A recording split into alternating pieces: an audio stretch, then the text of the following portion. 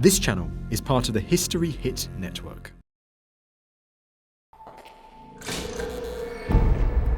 Every battle is both a victory and a defeat. It depends which flag you fly. In every theatre of the Second World War, battles won and lost determined possession of territory, of resources, and of the strength to go on fighting. For some of the battles, it was the victory that most influenced the future course of the war.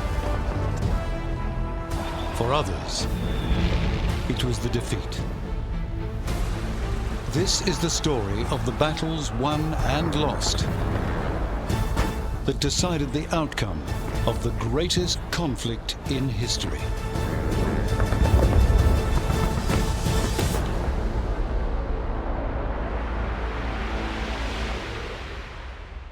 Battles are almost always about territory, advancing the front line, seizing the port, the city, the oil field. The fate of nations in the Second World War rose and fell on battles that took territory. Singapore, Monte Cassino, and even more on battles that failed to capture their objectives in the skies over Britain or before the walls of Stalingrad.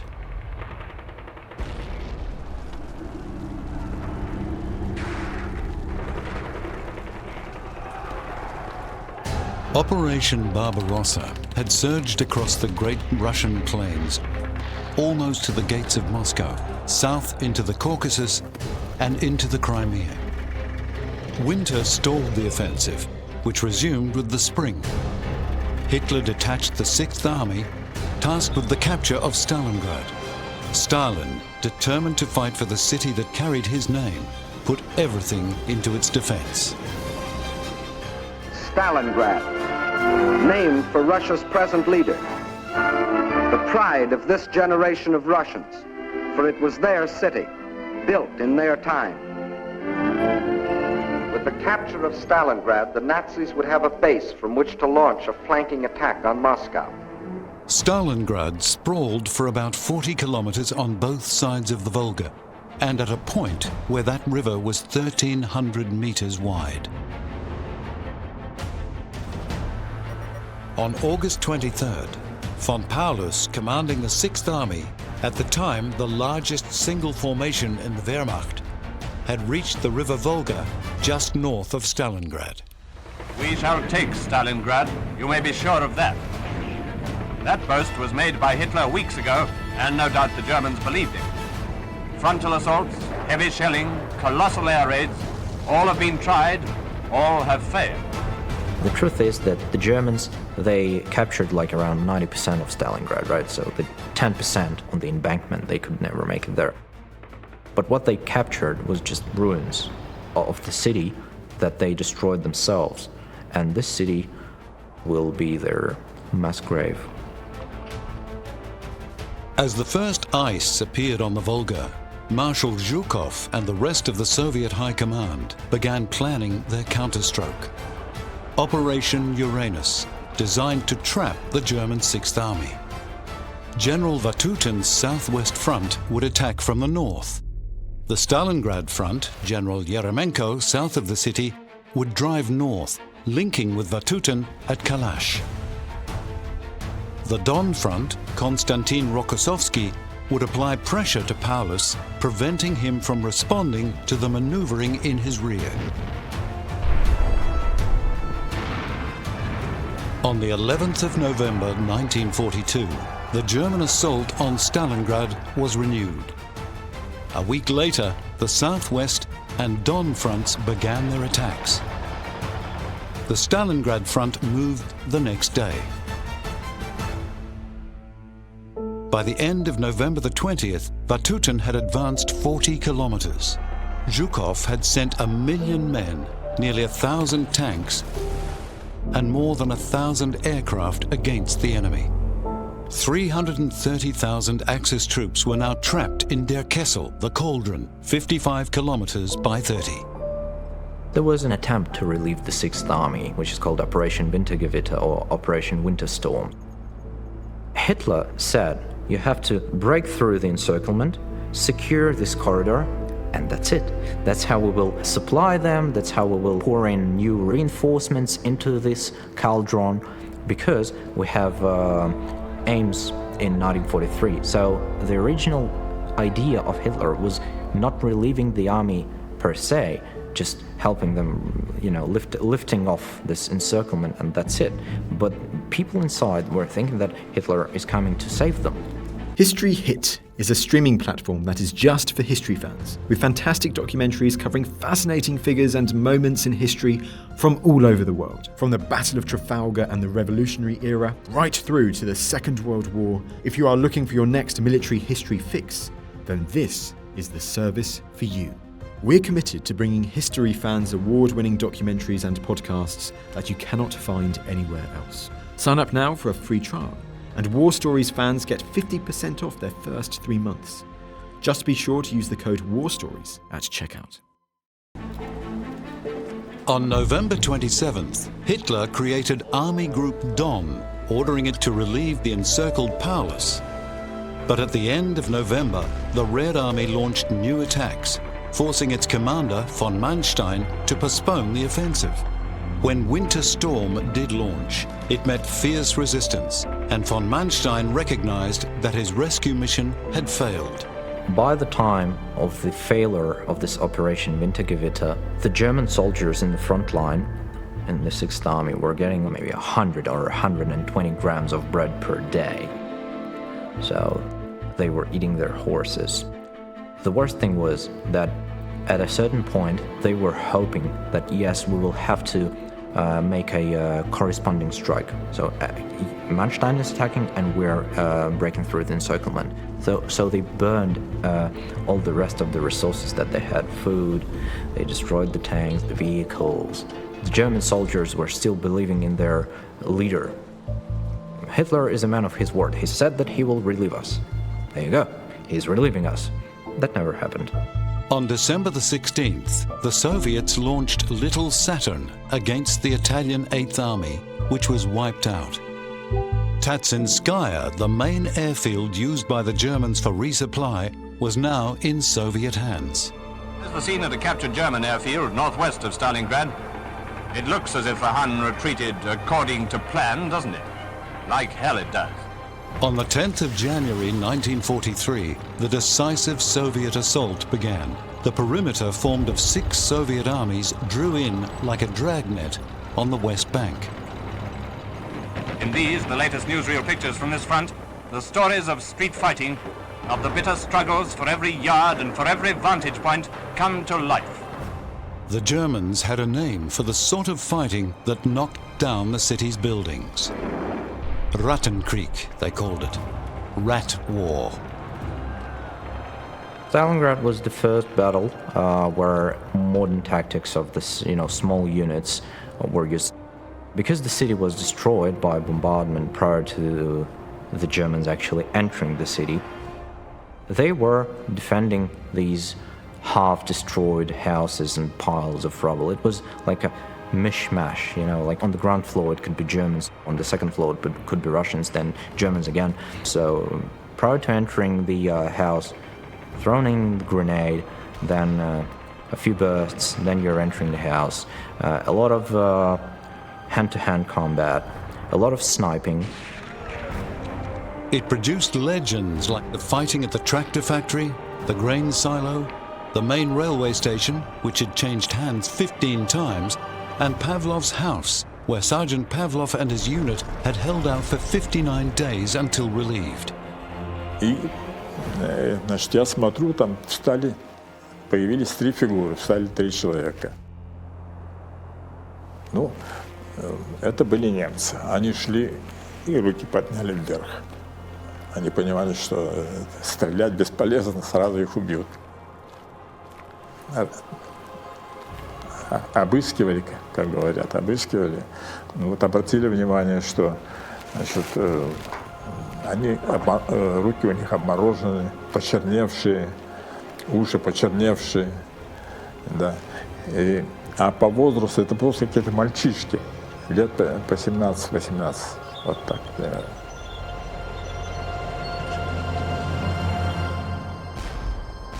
When the tractor plant was subjected to a bombardment by artillery massed at a density of 300 guns per kilometer, it surrendered, and the Battle of Stalingrad was over.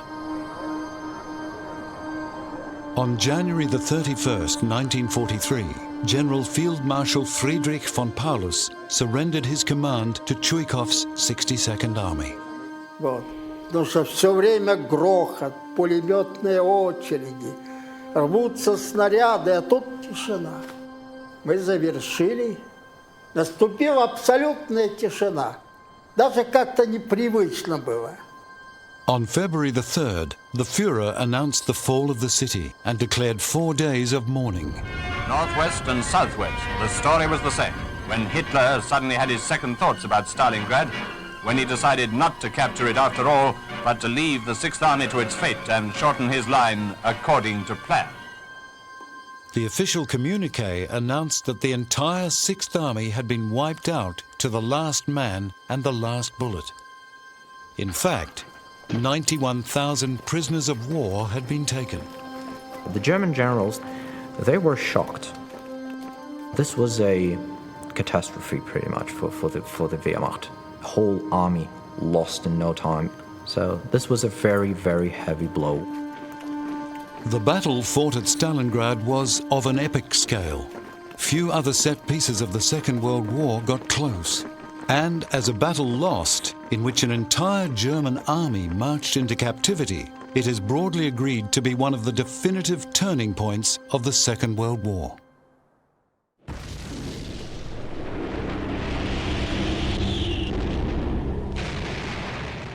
In 1939, Winston Churchill, speaking of the major British base in the east, Singapore, offered the assurance that there will be no attack in any period which our foresight can measure. What Churchill perhaps instinctively knew was that if the Union Jack were to be lowered at Singapore, it would be a blow to British prestige from which the Empire might never recover. But by 1942, the British Empire in the east was crumbling. British troops were falling back, concentrating their strength on the island fortress of Singapore. Singapore had been created by the British as a strategic base in order to defend its imperial possessions in Asia. For 20 years, the British had been building a naval base and everything that goes with it in order to provide a bastion to protect against what threat? The Japanese threat. In late 1941, the Japanese enter the war. Singapore is at peril, and the British strategy proves to be completely worthless, because the Singapore strategy depends not just on the existence of a naval base, but upon the existence of a fleet to be based in that naval base. They don't have the fleet because they're fighting the Germans in the North Sea and the Atlantic and the Mediterranean. So Singapore, this imperial bastion, is to be defended from the land by an army. Their resistance would last less than 2 months. General Wavell, the overall commander in the Far East, had warned Churchill in mid-January that Singapore could not be held. Churchill's words expressed both determination and desperation.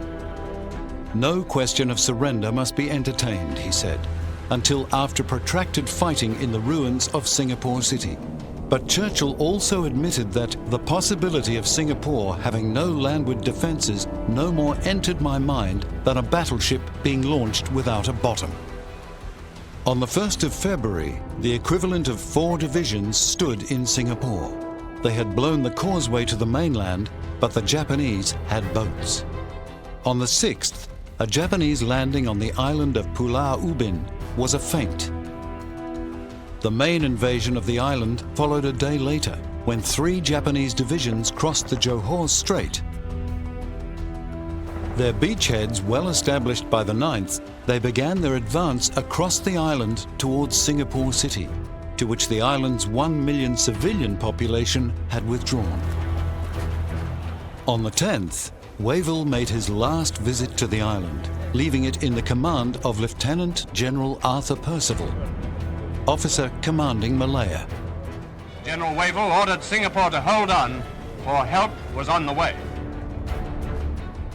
Percival's defeat in Singapore, and just as much his appearance, have caused him to be cast unfairly as the villain of the peace. The British commander in Singapore, Arthur Percival, is not a charismatic commander. He's cautious. He tries to defend the entire perimeter of the island, even though the Japanese won't land on the entire perimeter. They only land in one place. He won't move sufficient troops to meet that landing because he fears they'll land somewhere else, a reasonable fear, but not, as it turns out, true. So Arthur Percival is both, regarded as incompetent, but he's certainly unfortunate. Percival's forces had no tanks. He had received aircraft, but many of these were destroyed on the ground by Japanese bombers, and much of his command comprised poorly trained troops. Some Australian units had been shipped out after 2 weeks basic training and had never fired their rifles. And here's quite another story, one that I wouldn't advise anyone to doubt. The departure of troops from Australia on their way to reinforce Singapore.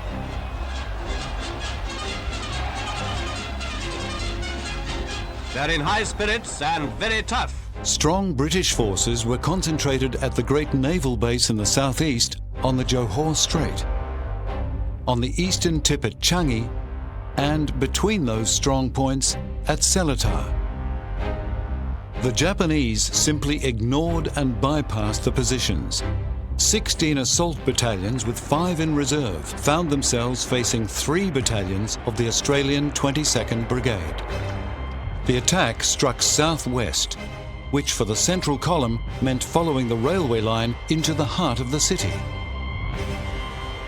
Had a siege been established, it would not have lasted long. The Japanese now had 440 artillery pieces trained on the island, and in their advance would capture the reservoirs that supplied the island's water supply. But a siege was not necessary. In 2 days, fierce initial resistance having been overcome, the Japanese advance was established on a line that ringed the city. It was February the 11th. By the 13th, the perimeter had shrunk to a 40-kilometer line around the city, with troops pulled back into its defense from Changi and along the beaches. The Japanese were outnumbered by almost 3 to 1. Yamashita knew that he would need to not just conceal that fact, but make the opposite appear to be true. The Japanese strategy to conquer Southeast Asia in 1941-42 looks extremely dodgy, because they send relatively small, lightly equipped forces to a range of places simultaneously and tell them to get on with it. So it's an act of confidence. And in fact, it's a confidence trick, because in most cases, the Japanese forces are smaller, more lightly equipped, and less powerful than their adversaries. And the Japanese win at Singapore not because they're stronger, but because they're bolder. So successful were Yamashita's tactics that the surrender, which was to furnish images that have become a staple of stories about the fall of the British Empire, was only 4 days away. Yamashita ordered his artillery to fire as though their supply of ammunition was inexhaustible.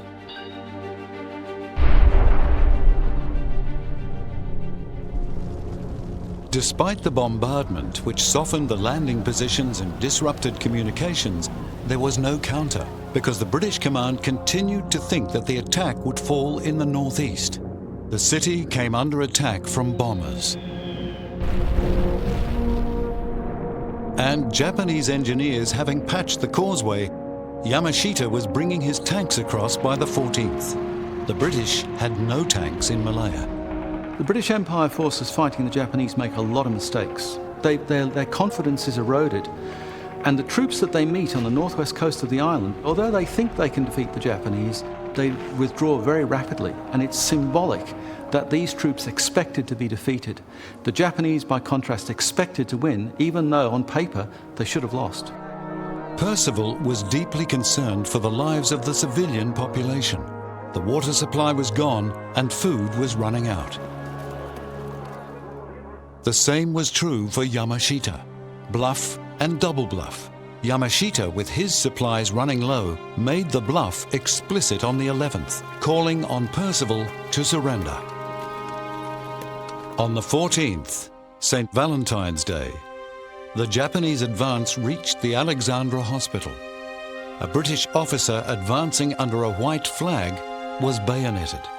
Patients and staff, about 250, were taken, and most of them were killed over the next 24 hours. Now Percival placed the choice before his commanders: counterattack in order to regain the reservoirs and the food supply depot at Bukit Timah, or surrender. Ironically, the Japanese are about to run out of ammunition. Their guns had a few shells left in each battery. So if he'd held out for a bit longer, then perhaps it would have all turned out differently. On the 15th of February, the British surrendered and the garrison went into captivity. What sort of captivity, Percival was not to know. His surrender of about 80,000 troops under his command was the greatest in the history of British arms. This nightmare that they've all entertained for decades, that the Japanese will conquer Southeast Asia, looks like it's coming true, and indeed it is. So the fall of Singapore is both a disaster on the spot, and it's a psychological disaster for the Western Allies.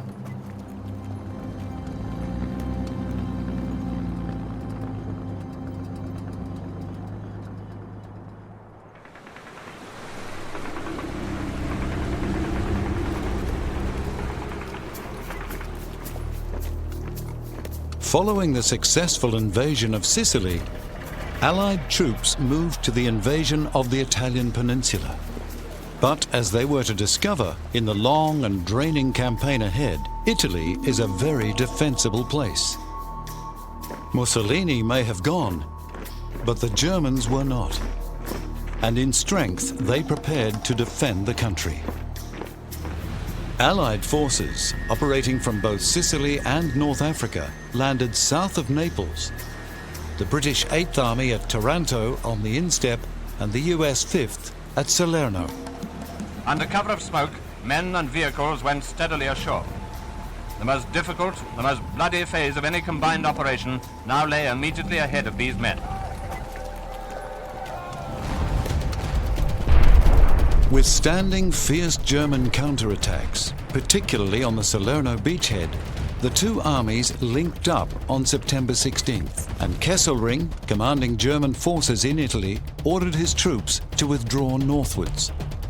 And north, between Naples and Rome, was the defensive position known as the Gustav Line. The British 8th began its assault on the line in late November.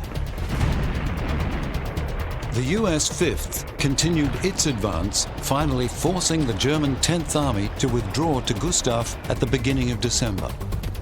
A plan to speed the conquest of Italy by hooking past the Gustav Line was developed. This was Operation Shingle. Operation Shingle on the surface was a really good idea. And this, of course, attracted politicians such as Winston Churchill, who pushed for it very hard.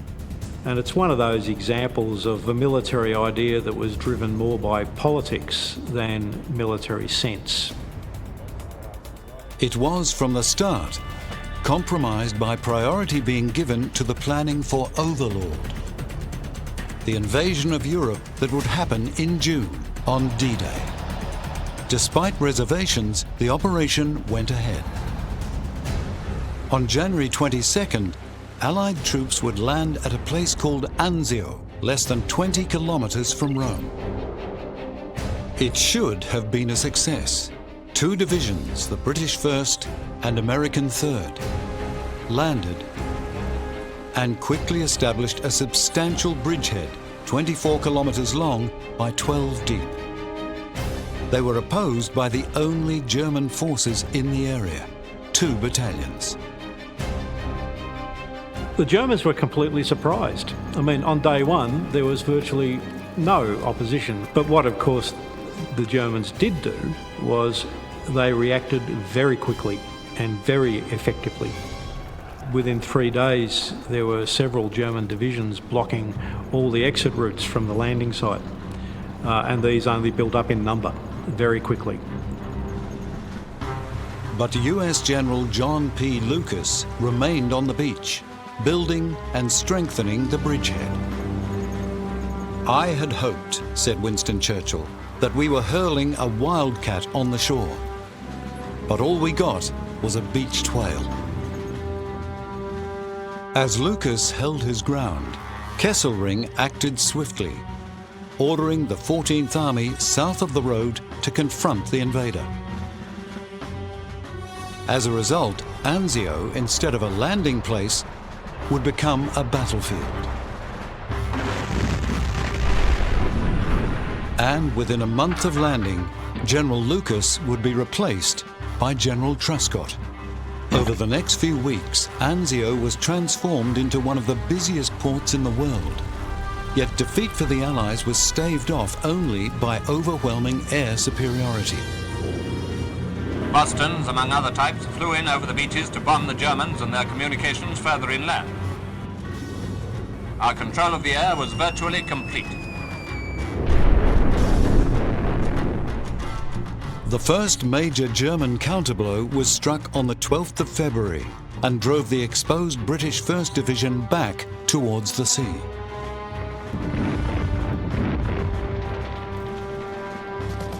They underestimated them. They had assumed that the German army, which had been fighting on the Gustav Line for quite some time, would be exhausted and that the troops would not be up to reacting quickly.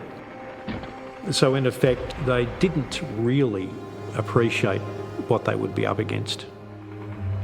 Within 10 days, the British 1st Division had been pushed back almost to its start line.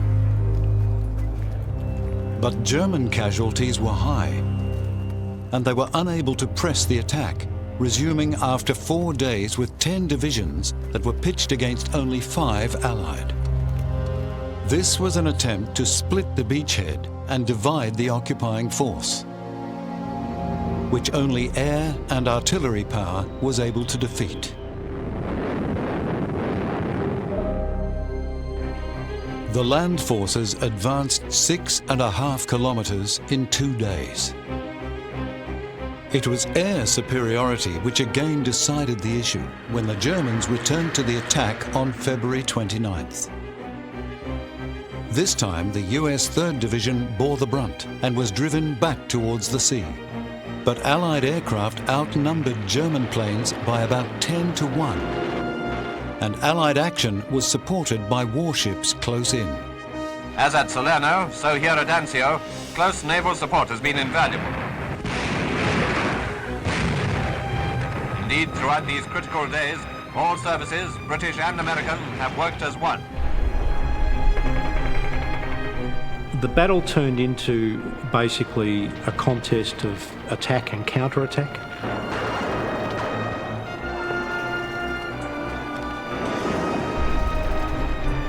But in the end, neither side could prevail against the other, and it turned into basically a contest with no outcome. Although the superior firepower and command of the skies prevented the Germans from expelling the Allies from Anzio, the landing was still a battle lost. Overall, the outcome of Operation Shingle was a failure. It didn't achieve what its objective was, which was to turn the flank of the Gustav Line.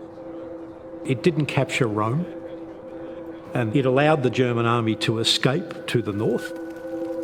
6th Corps did not break out of its Anzio bridgehead until May the 24th. The breakout linked up with the units moving in the general offensive, Operation Diadem. Indecision and inaction defeated Shingle, which, in a rare case of complete surprise being achieved, had caught the Germans flat-footed. This failure had promoted insignificance, a battle that was being fought at the same time, high in the hills above the coast, at a place called Monte Cassino.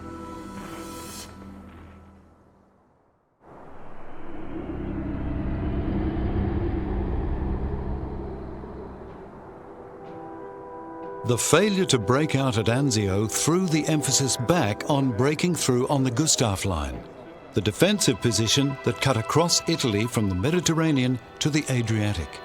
And the key to the Gustav Line was a high point that commanded the critical approaches to the Liri Valley. This was Monte Cassino, and control of Monte Cassino lay with those who occupied the summit. It's perfectly true, of course, that the monastery, founded by St. Benedict in the 6th century on the site of the Roman Temple of Apollo, was a building of tremendous historic and material value. It had been a center of culture and learning for hundreds of years. Monte Cassino by itself has no strategic significance whatsoever. It was a perfect observation point. Now, the Germans said it's a Benedictine monastery, it's a lovely old building. Kesselring said, I'm not going to defend this monastery, I'm not going to use it for military purposes. The Allies believed that the Germans were using it as an observation post, and maybe they were. From February the 2nd to May the 17th, the Allies launched 5 offensives against Cassino's Benedictine monastery. Monte Cassino becomes a kind of a symbol of the inability of the Allies to make good in a campaign that they expected to go much more smoothly. You know, Churchill had talked about the soft underbelly of Europe. Well, it turned out not to be so soft. The Allied attack was held up until the last moment.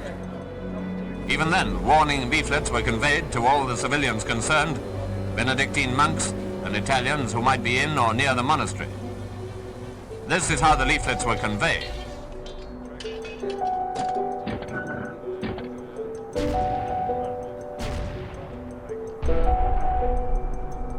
The American 34th Division went in first on January 24th. It secured high ground at great cost and was forced to withdraw on February 12th by the German 1st Parachute Division, commanding the heights, but not occupying the monastery.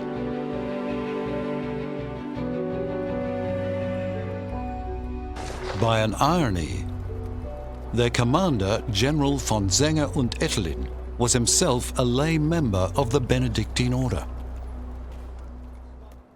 From the 16th to the 18th, the New Zealand Corps, comprising 2nd New Zealand and 4th Indian Divisions, went in. And they too had to withdraw, despite support from 135 US flying fortresses, which reduced the monastery to virtual rubble. Absolute military necessity could permit no further reprieve. So the bombers came over. Mitchells, marauders, and fortresses.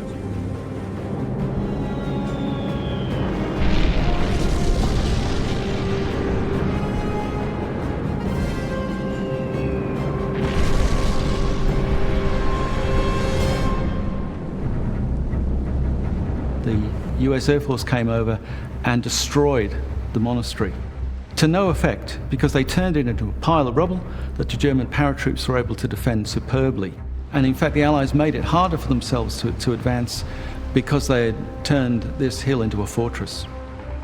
The battle for Monte Cassino resumed as part of a coordinated offensive, Diadem, on March 11th. Finally, General Alphonse Juin's Free French, led by Moroccan irregulars skilled in mountain warfare, opened the way for the Polish Second Corps to carry Monte Cassino. And here are some of the first Poles to enter the town. The captain leads his patrol up an apparently deserted street, while a Tommy gunner gives covering fire. On May the 17th, they were repulsed.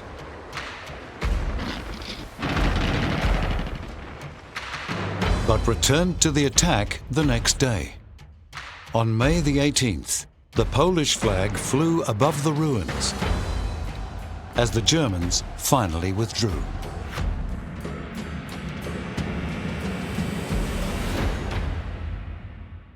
With my friend, I explored the area at night, and we found German helmets, and with German helmets we pretended to be Germans, and there were 12 cement bunkers with one window each from which they were shooting.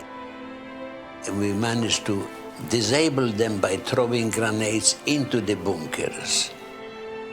And that's why we managed to destroy them. The Allies won through at Cassino by sheer bloody determination, by making one attack after another, and eventually getting a strategy to break through that blockage. Monte Cassino is partly a symbol of the United Nations. You know, that there's so many nations involved in trying to break through this German bastion that might be its biggest significance. Despite tenacious resistance, the German defenders had lost the battle and were forced to withdraw. And Monte Cassino, founded in 526 by St. Benedict and numbering St. Thomas Aquinas among its early monks, was demolished in what is probably the greatest cultural loss of the war. The ruins, unnecessarily created, formed a superb defensive position from which the Germans claimed too many Allied lives before the monastery finally fell. So this was an engagement in which even those who obtained their objective could hardly claim a victory. It's a battle that eventually succeeds, but at massive cost. What, 40,000 Allied lives? It's a massive cost for a relatively minor obstacle.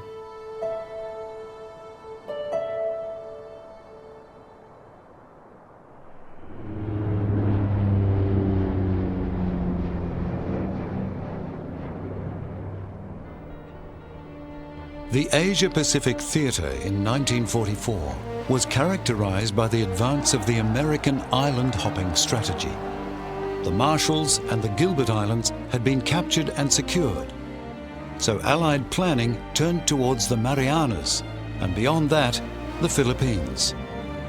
The Americans could now take the Marianas, and once they did, Japan would be within range of long-range heavy bombers based in the Marianas. The Japanese knew this. They'd always wanted to engage the Americans in a decisive sea battle. But their losses, starting at Midway, particularly in carriers, in ships and aircraft, had limited them. The Japanese planned to respond to the expected American assault by deploying a strong fleet in combination with aircraft based on the Marianas. Together, the plan proposed they would destroy the American carrier force. That carrier force was the largest naval force yet to assemble in the Pacific. For the Marianas invasion, the American Third Fleet was based on Task Force 58, which had 15 carriers, 7 fast battleships, 21 cruisers, 58 destroyers and almost 30 submarines. And in Task Force 52, which was supporting the invasion, there were more carriers and battleships. The Japanese had just 9 carriers, 5 battleships, about 19 cruisers and less than 30 destroyers. And this was virtually all that was left of the Imperial Japanese Navy. The air power shipped, including 900 aircraft, gave the Americans a 2-to-1 advantage over Japan in the skies. Among the carriers were the Lexington, the Wasp and the Hornet, namesakes of those previously sunk by the Japs, out for revenge. When his force came under Japanese attack, Admiral Spruance, commanding 5th Fleet, chose to use his aircraft in defense of his group rather than carry the attack. And so, on the 19th and 20th of June, the largest carrier battle in history was fought. With radar protecting the fleet, the incoming attackers were picked off.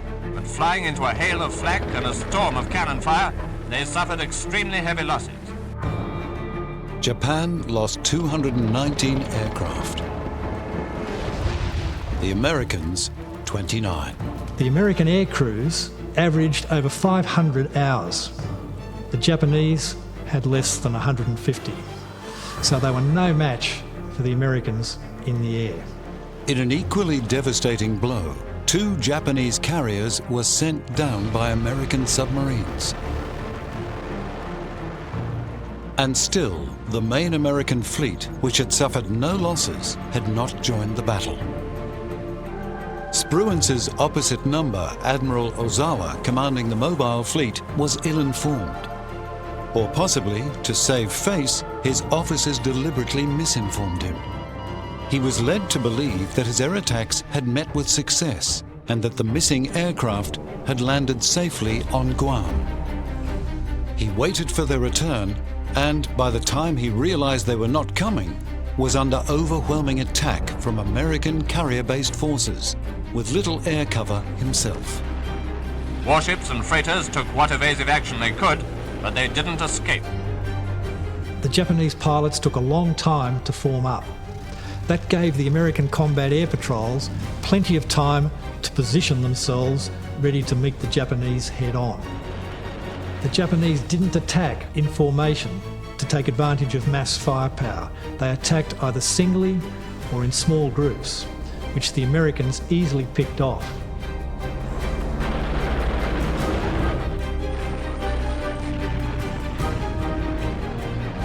Many Japanese pilots veered away before they were within bombing range. The Japanese couldn't even execute the most basic manoeuvres. A further carrier was sunk, other ships were damaged, and 65 more aircraft were destroyed. This was the action that the Americans dubbed the Great Marianas Turkey Shoot, and it was a complete and unambiguous victory. In the final tally, the Japanese had lost 3 carriers and 480 aircraft. The Americans had lost no ships and 29 aircraft. The critical point was those American losses were replaced overnight. The Japanese couldn't replace theirs. The Marianas were secured. In August and before the end of the year, B-29 superfortresses flying from them were bombing the Japanese home islands. The losses to materiel, but most significantly to trained aircrew, permanently and fatally weakened Japan. A novel solution to her shortage of skilled pilots would be found and named for the divine wind that had twice in the 13th century destroyed Mongol invasion fleets, saving Japan. That wind was called kamikaze.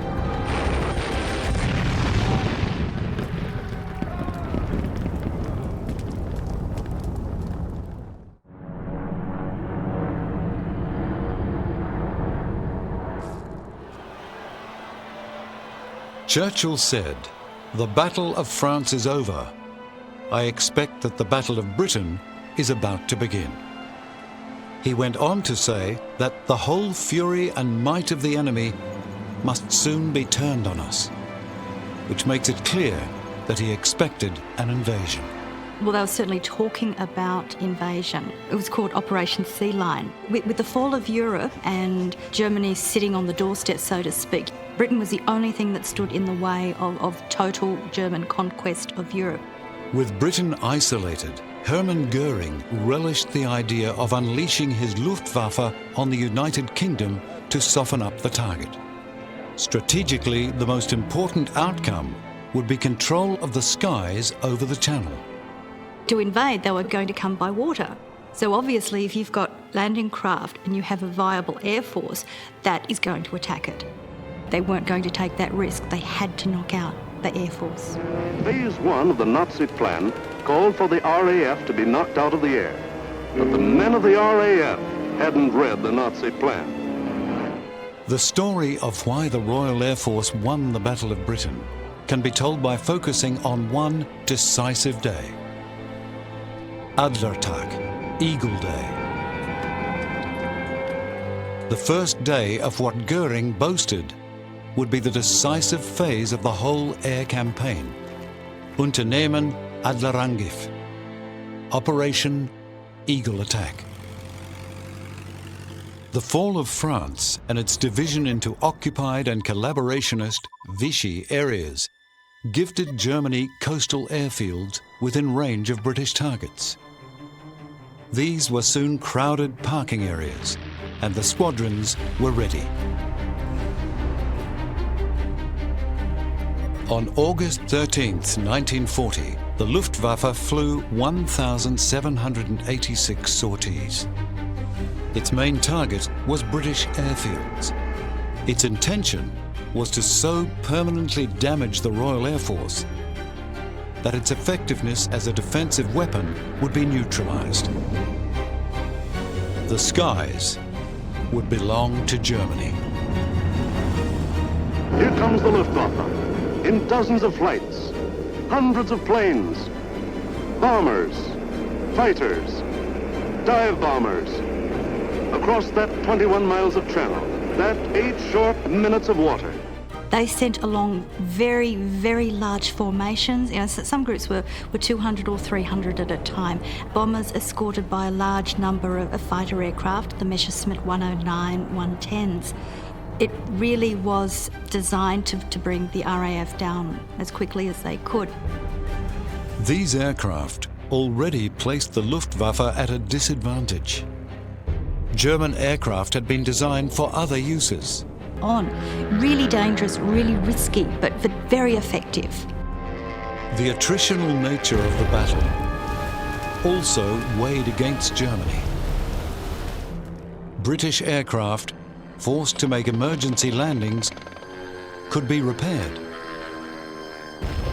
German aircraft were lost. Because the RAF was operating on its home territory, it had its aircraft factories, it had more pilots coming through training, so continual reinforcements. If a squadron lost 4 pilots in the morning, they would be replaced by the afternoon. Radar and the command and control system that responded to intelligence, whether from radar or from the network of spotters and watchers on rooftops and in churches around the country, tipped the balance. By mid-afternoon on the 18th, the battle was on all over southern England. An attack on Detling Airfield in Kent was devastating but pointless. German intelligence had got it wrong. Detling was not a fighter base. On Adlertag, the Luftwaffe destroyed 47 aircraft on the ground, but only 1 was a fighter. He bombed the airfields, and the fields were hit, but the planes were saved. For Britain, unlike Poland and the Low Countries, didn't make the mistake of bunching its planes on the runways. The planes of the RAF were scattered and hidden, only a few on any one field, and those in the far corners. Over Middle Wallop, 9 Stukas were shot down by Spitfires after their Me-109 escort had been forced to turn back due to shortage of fuel. The actual cost of Adlertag was not decisive, but the momentum shift and gain in confidence was. They were very good at continuous assessment, so they knew when things were working, they knew when things weren't working. If Germany changed their tactics, the RAF responded. 2 days after Adlertag, radar reported a large formation attacking the north. The controller of 13 Group felt instinctively that this would be the only attack on the north and risked throwing everything in the path of the incoming fleet. He scrambled every squadron from Catterick in Yorkshire to Drem east of Edinburgh. If he was wrong, the skies were open. But he was right. 15 enemy aircraft were shot down for the loss of 1 RAF fighter. And so, by initiative in command, better equipment, planes and radar, and individual skill, the Battle of Britain was won. On August the 20th, 1 week after Adlertag, Winston Churchill rose in Parliament to famously praise the few. With the Battle of Britain and with Churchill and his superb propaganda in bringing the people into the battle, they were part of the fight. They were willing to put up with everything that was happening. And they knew too that Britain was not going to lose. Britain would become victorious. Let us therefore brace ourselves to our duty, and so bear ourselves that if the British Empire and its Commonwealth last for 1,000 years, men will still say, this was their finest hour. Every battle is both a victory and a defeat. It depends which flag you fly. In every theatre of the Second World War, battles won and lost determined possession of territory, of resources, and of the strength to go on fighting. For some of the battles, it was the victory that most influenced the future course of the war. For others, it was the defeat. This is the story of the battles won and lost that decided the outcome of the greatest conflict in history.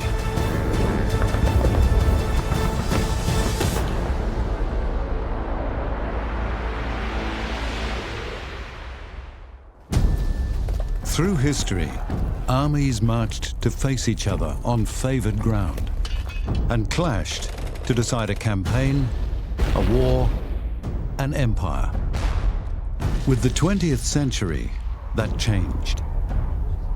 The battles won and lost of the Second World War happened everywhere and anywhere, in freezing temperatures, arid deserts, and mercilessly humid jungles. These were battles in which more than the enemy soldier had to be overcome.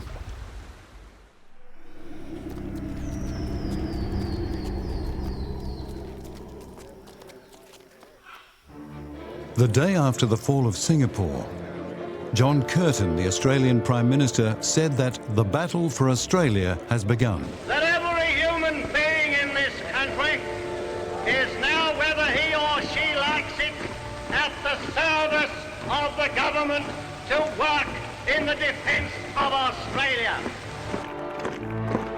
And it did seem probable that Japan would continue to drive south. They had so far been unstoppable on land. In July 1942, you're looking at probably the most critical time of the Pacific War. You're coming on from months and months of just constant Japanese victories. They've swept everything that stood before them in the Southeast Asia and then swept down through the Dutch East Indies, taken a whole raft of Pacific islands. The extraordinary speed with which Japan had swept over the lands they now labelled the Greater East Asia Co-Prosperity Sphere owed much to surprise, to planning, to determination, so that when they were checked on one of the most hellish battlefields it is possible to imagine, it was as though a myth had been exposed. This was the action to cross the Owen-Stanley Range and fall on the New Guinea capital of Port Moresby.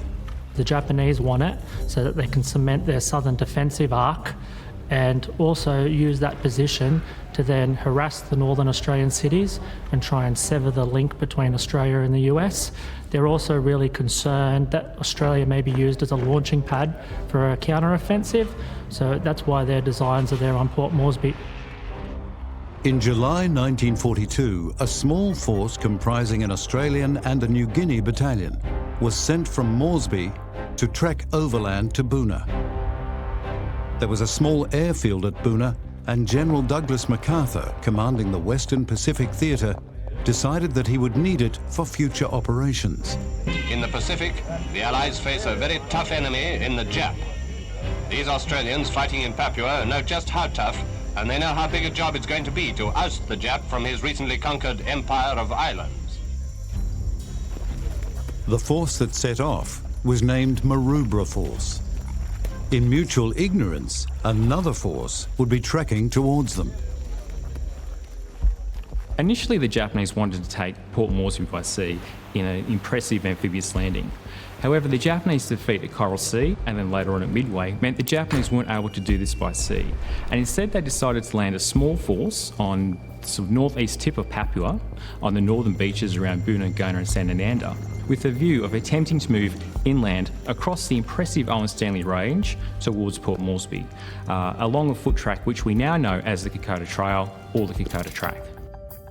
A force of 2,000 under Colonel Yosuke Yokoyama had landed at Gona on July 21st, 6 days after Maroubra Force had reached Kokoda.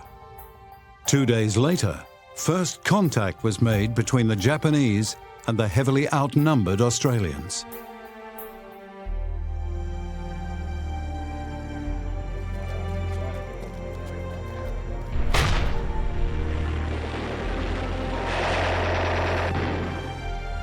The war diary for the Australian 39th Battalion says this for July 27th. Lieutenant Colonel Owen, after the destruction of all possible stores, material and buildings at Kokoda, withdrew with all troops. It was the beginning of a fighting withdrawal down the track towards Moresby, which stopped a mere 50 kilometres from the capital, whose lights the Japanese could see. Fighting withdrawal is distinct from a retreat. In a retreat, you're basically trying to break contact with the enemy, get as far away from them as you can so you can take stock and then really try and counterattack. Fighting withdrawal, you're deliberately maintaining contact with the enemy because you want to slow down their advance as long as you can. And the Australians did that really successfully in the early part of September. The Aussies rightly claim to be some of the toughest troops in the world, that fighting in New Guinea would sap the strength of the toughest. It's not hard to understand the temporary exhaustion of these men. Having just been relieved, they've come out of the jungle front line for a rest.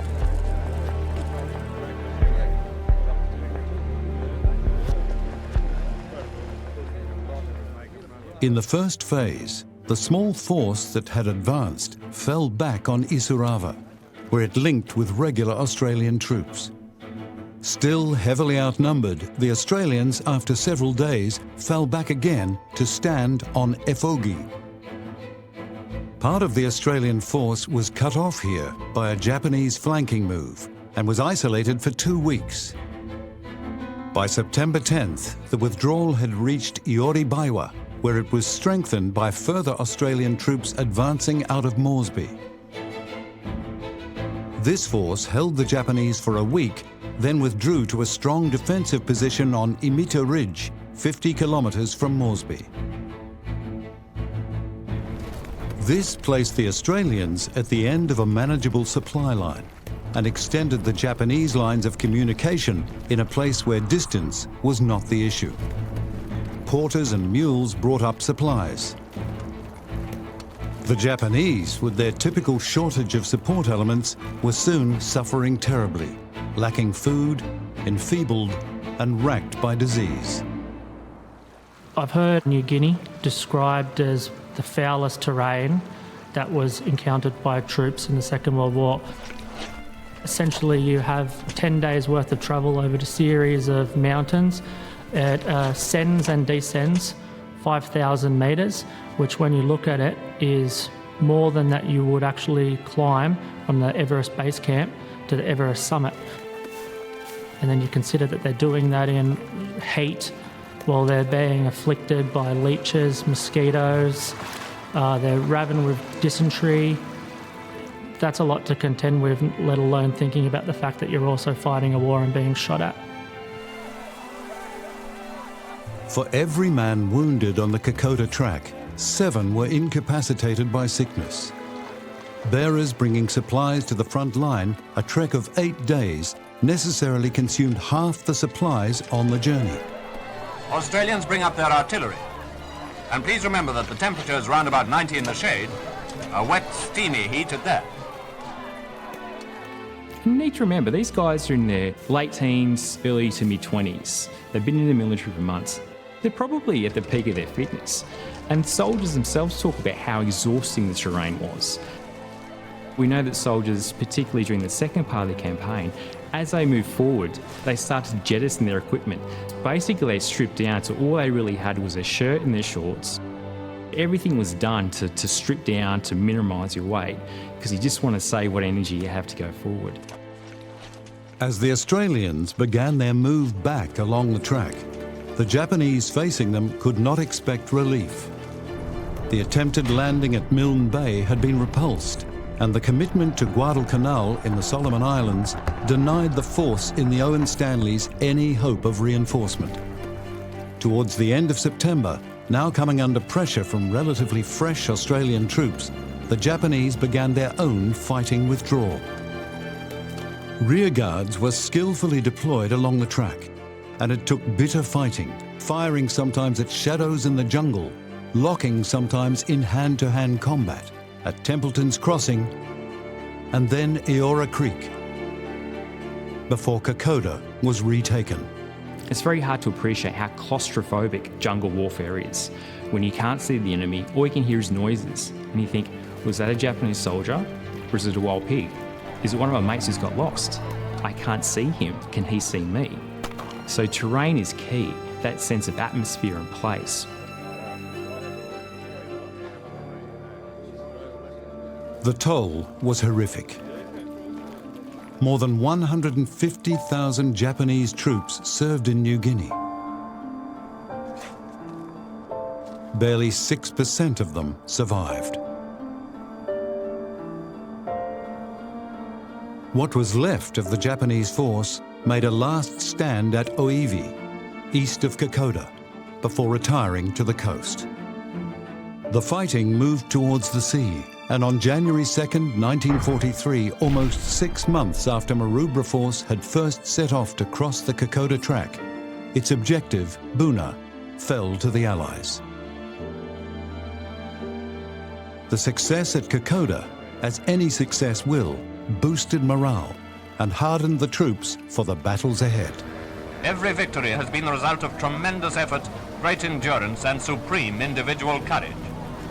A real beginning has been made in driving the Japs back from the fringe of their Pacific conquests.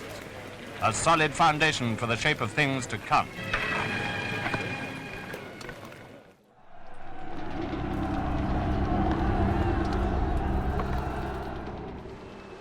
Woods and water in the land of the midnight sun and the 1,000 lakes. But at the end of a year, very little sun, temperatures to -40 and more than a metre of snow. This was the landscape into which the Red Army thrust, not as part of the World War, but as a cynical land grab, taking the opportunity of the universal preoccupation with the main battlefield to redefine its border with Finland. Finland had been part of the Russian Empire, and Stalin's Soviet Union thought that it had dibs, and in the winter of 1939-40 invaded Finland, hoping to snatch some easy territory. Didn't turn out that way, though. Soviet forces invaded Finland on November 30th, 1939. The assault by the 13th Army over the Karelian Isthmus faltered against the Mannerheim Line.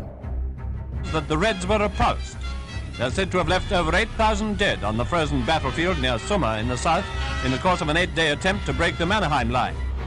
Further north, 5 divisions of the Soviet 9th Army were met by small units that ultimately formed into a single Finnish division, the 9th, at a place called Suomussalmi. These troops were not strong enough to prevent Russian occupation of Suomussalmi village, though the withdrawing Finns had burned it as they had destroyed bridges to slow the Russian advance. All huts and farm buildings are destroyed by fire, so that the unfortunate Soviet troops can find no shelter from the terrible Arctic weather, and death by freezing has caused quite a big proportion of their losses.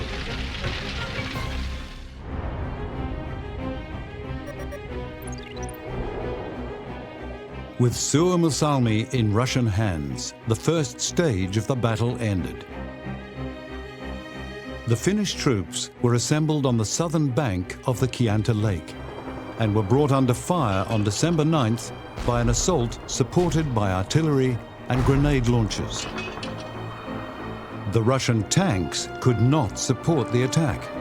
The ice was thick enough for men, but it was too early in the winter for the tanks to safely cross. This was the first evidence that the Red Army had not properly anticipated the conditions on the battlefield. The weather was Arctic. There was a metre of snow across the ground. The Russians, you'd think, would be used to those conditions, in fact weren't. They were colossally underprepared. The 27th Infantry Regiment attacked from the east. Its target, the southern part of the village. Finnish units pressed forward until, after 2 weeks of fighting, Soviet forces left Suomussalmi and withdrew across the ice of Lake Chianti. With Suomussalmi back in Finnish hands, Colonel Hjalmar Silasvuo, commanding, put everything he had into dislodging the Russians from the vital Rata Road area. His plan was to cut the supply route that reached over the border and kept the Red Army in the field. Silasvuo ordered a road cleared across the frozen lakes, parallel to the Rata Road. In early January, he unleashed his assembled force. The Finns were equipped, white-suited in the snow. Units of them ski troops, all of them winter-proofed. The Finns continue to defend their country against the Russian aggressor with the greatest valor and tenacity. The Russian dead cannot yet be counted, but scenes like this are to be found over many miles of the front. The Red Army Command had made the mistake that the Germans would make in Russia, thinking that a quick victory would come before the bitter cold took its toll. The fighting quality of the Red Army was also compromised by the brutality of Stalin's paranoid purges, which had stripped the military of 36,000 of its best officers. And that cast a pall. It grossly undermined the morale of Russian commanders, and that malaise penetrated through their units. The 163rd Division was destroyed, and the Rata Road was cut, meaning resupply and reinforcement was not possible. The climax would be the battle to evict the Soviet force from Rata, forcing them back towards and over the border. Facing the Finns was the elite motorized 44th Division. The Russian forces were immensely superior to the Finnish forces, which were very lightly equipped. The Russians advanced in long mechanized columns through the Finnish forests, covered in snow, ice-covered lakes. And that was their weakness, because the Finns, who were very lightly equipped and moved on skis, descended on the Russian columns, cut them off and cut them to pieces, a tactic that the Finns called moti, which means piling up wood in the forests, which is what they did to the Russians. Between the 5th and 7th of January, the 44th was destroyed, and the Battle of Suomussalmi was over. When, in March, a peace treaty ended the Russo-Finnish War, the situation in Suomussalmi was unchanged, with the Finns continuing to occupy the village and the road. Their victory, a victory for morale, motivation, tactics and terrain, had cost the Soviet Union 27,500 killed or frozen to death, 50 tanks destroyed, and vast quantities of equipment lost and broken. Suomussalmi, although it was a tactical victory, didn't help the outcome of the war, because when Germany invaded the Soviet Union, it brought Finland in as its ally.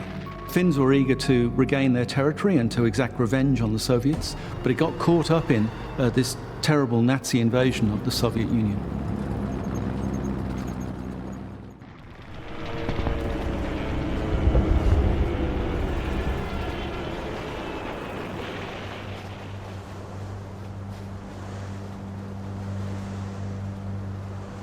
On November 8, 1942, an American force sailing from the USA started to disembark troops in Morocco.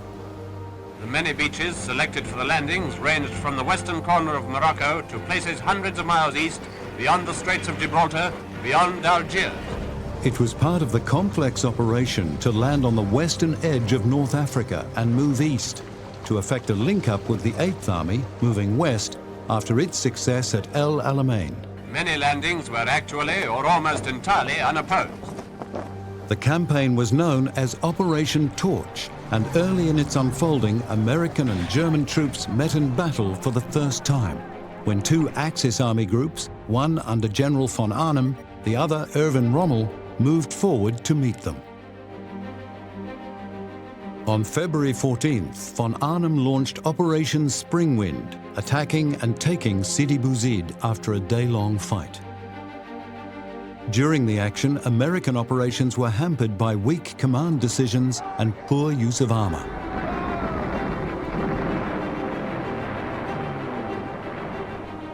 On the 15th, Rommel launched his offensive, Operation Morning Wind, destroying 40 American tanks during the first day of operations.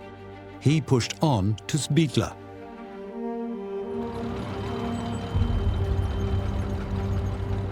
General Fredendall, a controversial commander who never visited the front, pulled his force back to the Kasserine Pass.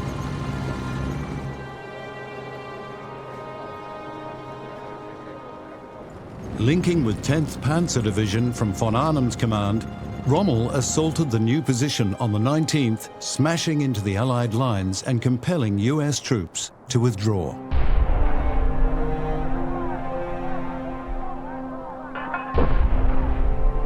Rommel personally led the 10th Panzer Division into the Kasserine and ordered 21st Panzer Division to press through the Sbiba Gap. This move was effectively blocked by an Allied force centred on the British 6th Armoured, US 1st and 34th Infantry Divisions.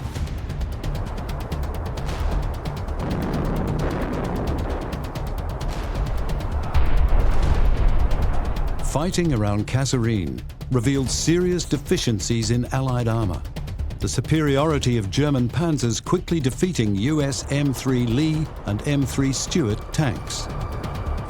Exiting the pass, Rommel divided 10th Panzer to press north towards Thala and west towards Tebessa, which he never reached. By the night of February 21st, Rommel stood outside Thala and believed that the Allied supply base at Tebessa on the railway line was within reach. But the Allied lines at Thala had been reinforced by British infantry backed by US artillery, and the position occupied on the 22nd was the limit of the German advance.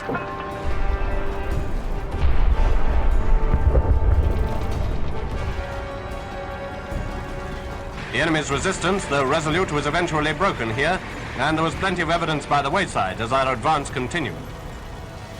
Rommel, unable to break through, elected to end the battle in order to reinforce the Mareth line, the position that could prevent Montgomery advancing west from breaking through and linking up with the forces that had landed as part of Operation Torch. Finally, the withdrawal of the enemy tank force. Just one isolated incident in the combined Allied effort to drive Rommel and co. into the sea. Allied forces reoccupied Kasserine Pass on February 25th.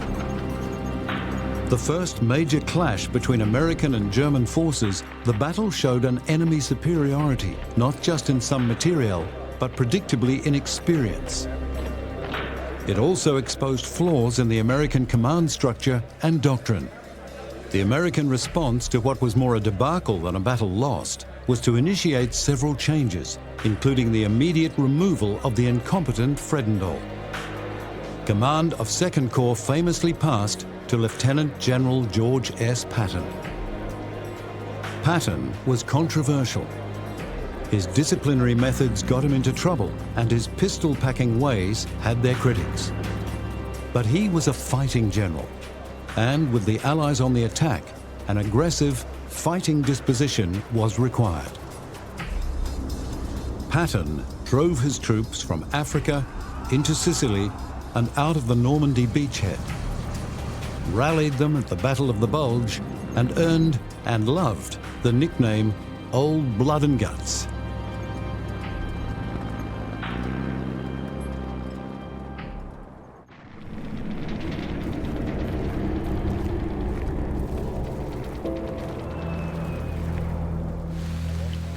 In terrain as difficult as any fought over, and conditions as harsh as any that soldiers had to endure, the Burma Campaign went on month after long month of thrust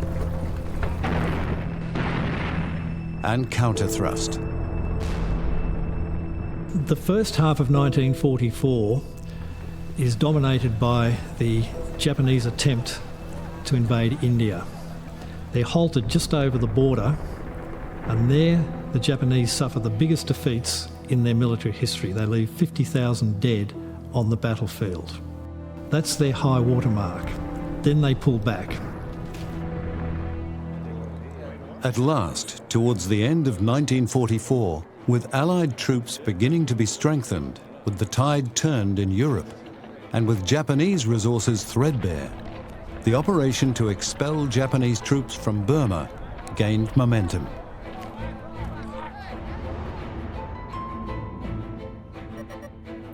Two operations were designed to expel the Japanese from Burma. Capital, in which Slim's 14th Army would advance from Assam across the Chinwin to re-establish contact with the nationalist Chinese, and Dracula, a combined airborne, land, and amphibious assault on Rangoon. The 14th Army and the Burma Theatre were at the bottom of British priorities. The Mediterranean, Europe and the home front took priority. So it had very few resources. It fought on scales of transport and other administrative elements that would have been unacceptable in other theatres. The next thing that Slim did, and which is critical in this campaign, is raise the morale and confidence in 14th Army to fever pitch. General Slim, commander of the 14th Army, has some heartening news of the war against Japan. Nothing can stop us winning, but a great deal can be done to speed up and render less costly the final victory. The 14th Army called itself the Forgotten Army, and Slim seized on that and made the Forgotten Army something to be proud of. In early November, the Chinese 6th Army began to move. Operation Capital was launched on December 3rd, with the 11th East African and 19th and 20th Indian Divisions crossing the Chinwind.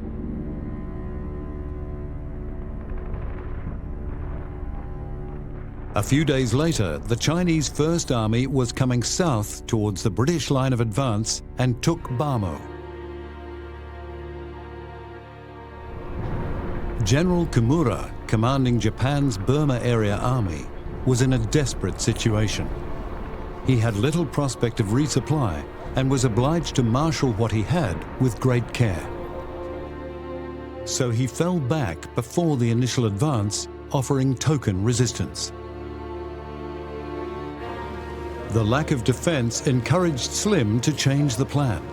Operation Extended Capital was more ambitious. His generalship was superb. He convinced the Japanese that he was going to throw everything at Mandalay.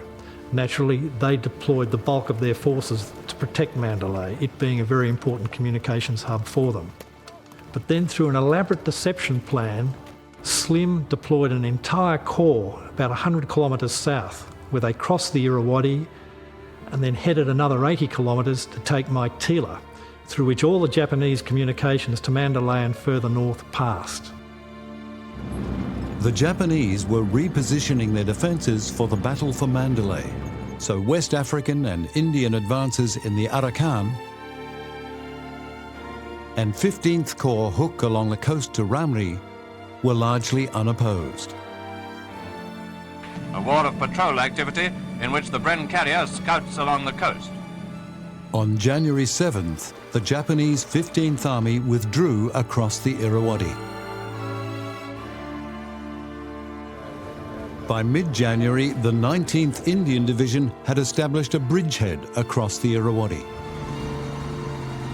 At the end of the month, the Burma and Ledo roads were joined at Mongyu, with the Chinese First Army striking south along the Burma Road and the 6th striking southeast from Bamo.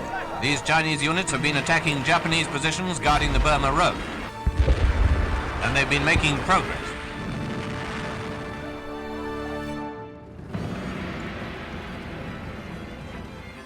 Fourth Corps pressed south, initiating the battle for Meiktila, which fell to the 17th Indian Division. Their supply route was then cut by a Japanese counterattack. And the veteran 17th, continuously in the field for longer than any other unit in the British Army, had to rely on air-dropped supplies while repelling repeated attempts by the Japanese 33rd Army to take Meiktila's airfields. The 33rd's commander, General Maski Hinda, was forced to order a withdrawal on March 28th. 19th Indian Division had reached the outskirts of Mandalay on the 9th, with most of the city cleared by the 11th, as 2nd British Division advanced from the west. The focus now turned to Rangoon, which would be assaulted by a combined operation codenamed Dracula. 17th Indian was advancing south along the line of the Sitang, reaching Pegu on April 29th. By then, the first promise of the monsoon, the so-called mango rains, were falling. The monsoon made campaigning in Burma impossible for 6 months of the year, and life was miserable at that time. The Japanese, with their long lines of communication, primitive transport, not having control of the air, couldn't keep their troops supplied. At least Slim could. Many of the Japanese in Burma simply starved.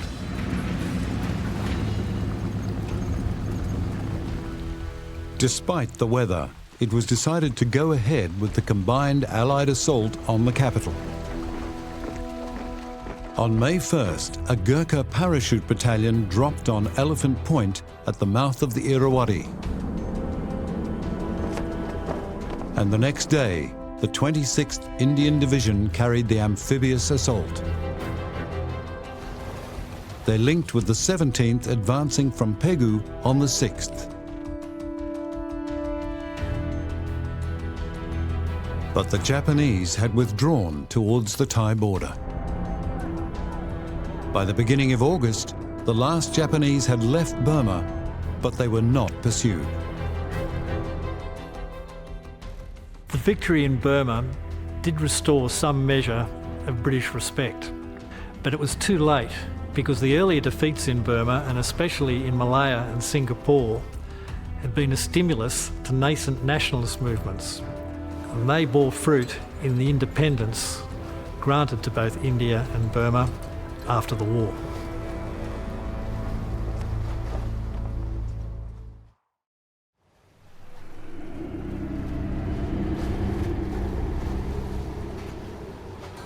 The greatest defense against the U-boat has been the unfailing courage of the men who bring supplies across the sea in the face of every risk of war and weather. Through the summer months, the Arctic ports of Murmansk and Archangel in the White Sea were vital entry points for Allied supplies, being sent to the Soviet Union under the Lend-Lease arrangement.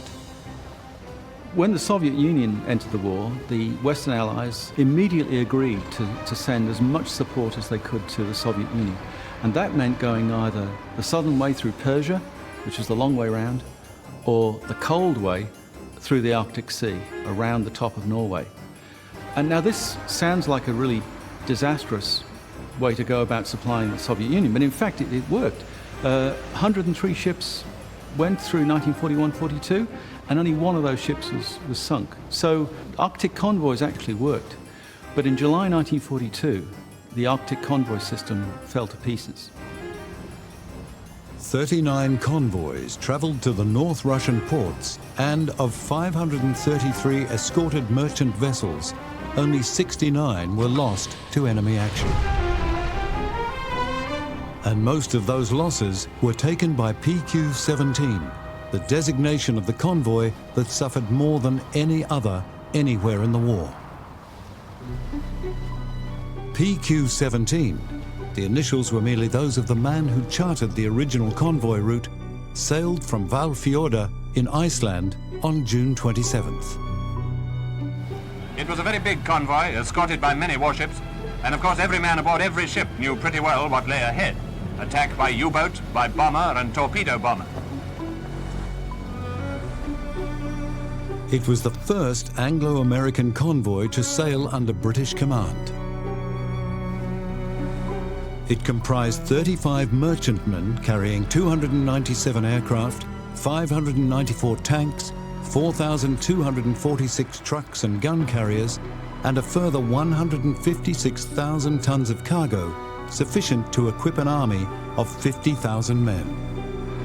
In the values of the day, the cargo was worth an estimated $700 million. The escort comprised 4 cruisers, 3 destroyers, and 2 submarines, as well as a pair of tankers to refuel the vessels as required. Shortly after sailing, one ship ran aground and had to return to Iceland. On June 29th, the convoy encountered heavy ice, damaging 4 ships, one of which was given permission to turn back. 33 ships sailed on. On July 1st, they were located by German forces. The British Admiralty was also monitoring PQ-17, and on learning that German ships, including the battleship Tirpitz, were moving to intercept, ordered the escort to break off to hunt the German raiders. And in view of the removal of the covering force, the convoy was ordered to scatter in an Admiralty order sent by Admiral Dudley Pound at 21:23 on July 4th. Followed at 21:36 by a simple, unambiguous order: convoy is to scatter. The turning point for PQ-17 comes on the evening of the 4th of July, when the British, from the Admiralty, this isn't a local decision, it's an Admiralty decision, for the convoy to scatter, literally deserting those merchant ships and making them find their own way to Soviet ports. They're only halfway through the voyage at this point, and it leaves them at the mercy of the Germans. When the order came, the convoy had covered a little over half of its journey. Spread across the ocean, it would be far more difficult for a battleship to target. But the Tirpitz played no part. No surface raider did. But U-boats and the Luftwaffe fell on the scattered and undefended vessels through the long daylight hours of the northern summer. The messages from the isolated ships have been preserved and being bombed, on fire. 6 U-boats approaching on the surface, abandoning ship. On July 15th, 6 merchantmen were sent to the bottom by the Luftwaffe. And 6 more by U-boats. 2 more on the 6th, 5 the next day, and 2 more, the final 2, on the 10th. Churchill called it a melancholy naval episode. It was rather more than that. Of the 33 ships that had sailed on without escort, 23 had been sunk and more than 150 lives lost. 180,000 tons of war material had been loaded in Iceland. 64,000 tons were delivered. Supply via the Arctic route was temporarily suspended, not resuming until September, when much stronger escort arrangements were in place. The convoy system was actually a work of genius. I mean, the British tried it in the Napoleonic Wars and realized 100 years before that it was a success. If you went in a convoy, you could get through. In the First World War, they proved it again. As in the last war, so in this, the convoy system has proved its efficiency. So convoys should be a way of getting supplies to where you need them in a safe way. And indeed, that's exactly what they proved in just about every other theatre of the war. We attack with depth charges. Now for the explosion. The submarine, crippled by depth charges, is forced to surface. PQ-17 is different. PQ-17, because of this panic, I mean, you can only describe it as a mark of panic on the part of Dudley Pound, where he abandons the convoy. It proves that convoys work because PQ-17 doesn't. But why does he abandon them? And it's a mark of just how fearsome the German pocket battleships were. You know, these commerce raiders, which they'd sunk most of during the war, but the Tirpitz remained. And what Dudley Pound didn't want was for American cruisers to be sunk by the Tirpitz. And that's the reason, I think, why PQ-17 was abandoned to its fate.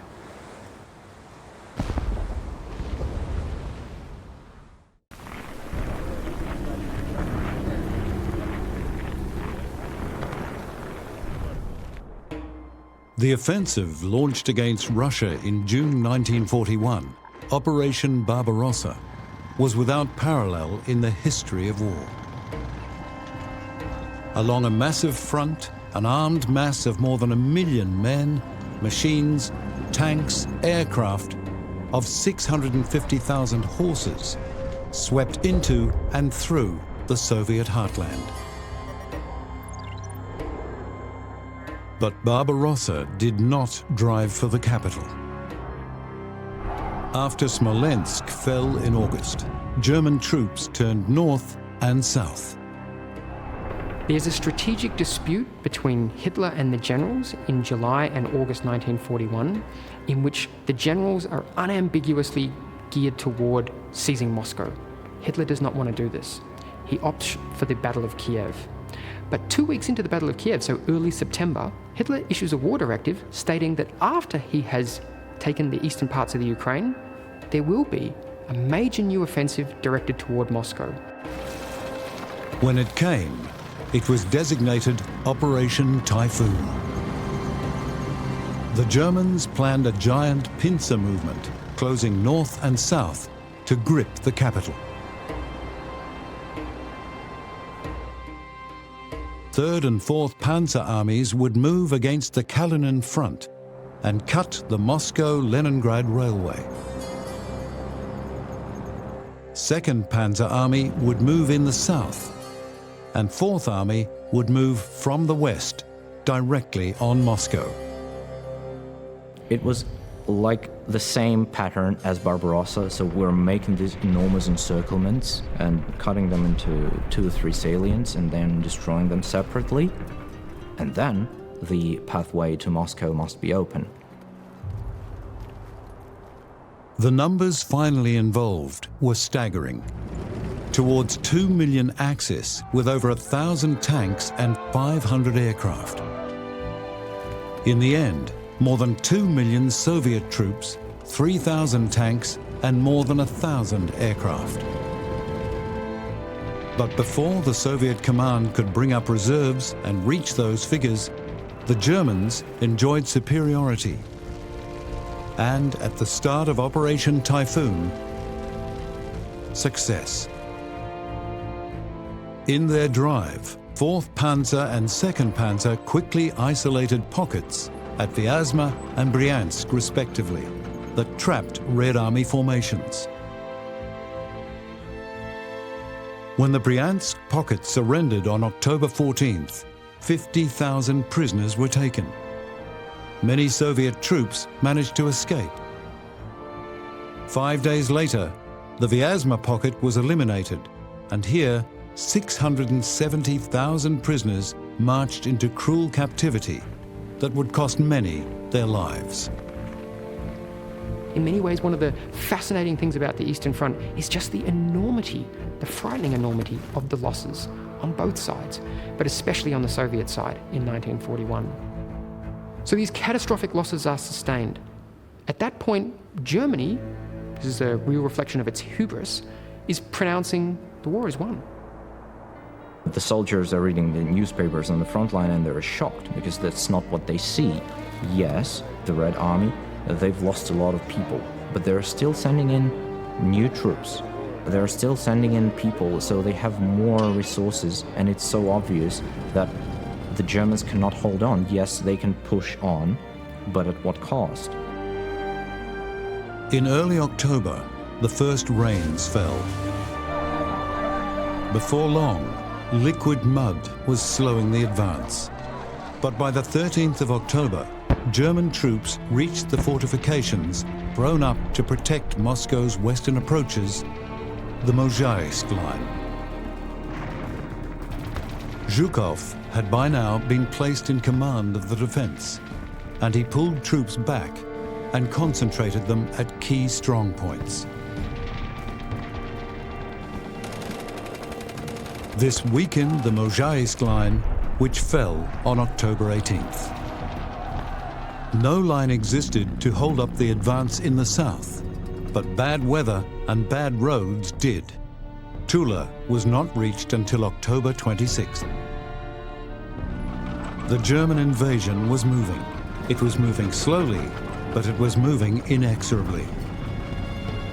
It was winning and would soon be at the gates of Moscow. But by late October, 2/3 of the German motor pool was out of action. Fuel supply problems were chronic and casualties were mounting. To rectify the deficiencies, from the end of October until November 15th, the High Command ordered a pause. The city of Tula, about 100 miles due south of the capital, was almost surrounded. But this important factory town held out, and the workers of Tula carried on with their munition making to the very last minute possible.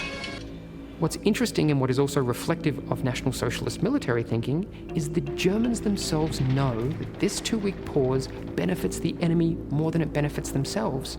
So even though they know they need this time to bring up more supplies, more offensive capacity, they're also aware the Soviets are benefiting even more, and that doesn't stop them from attempting Typhoon 2 in the middle of November when the weather is even colder. This is going to be a frontal advance, really sending their men into the teeth of Soviet defenses. If this strikes you as a bad idea, you're right, it is a bad idea. On November 15th, German tank armies moved, restoring the pincer, squeezing in on Moscow. Klin fell on November 24th. By the 28th, panzers had a bridgehead over the Moscow-Volga Canal.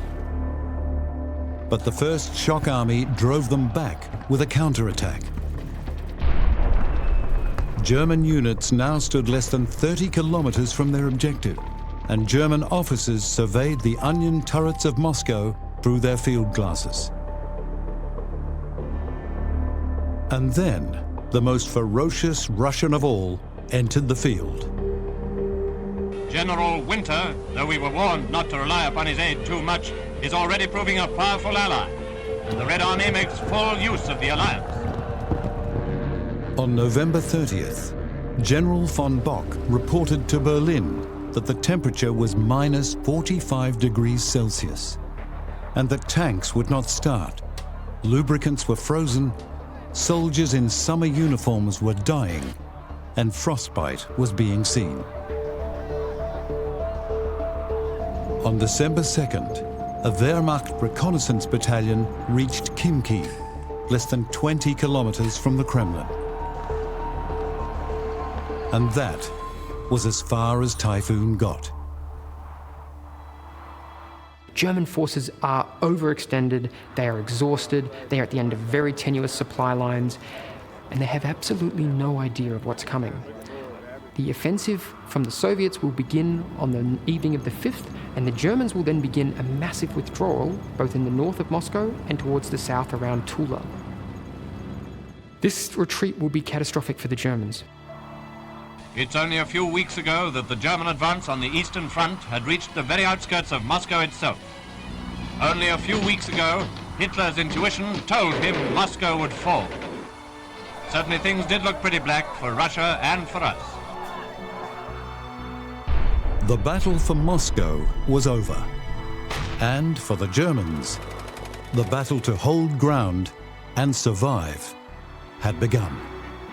There is no path to German success. Economically, they are falling behind. Militarily, they haven't got their operational edge, and they can't get it back. So while the German army still exists in being, while it still occupies the Eastern Front, and while it still has got men and artillery and tanks, and sometimes impressive numbers, it's not able to ever end the war, and unless Hitler's looking for a political solution, which is not possible for him, he sees this war ending only in victory or utter total defeat, and that's what's going to happen.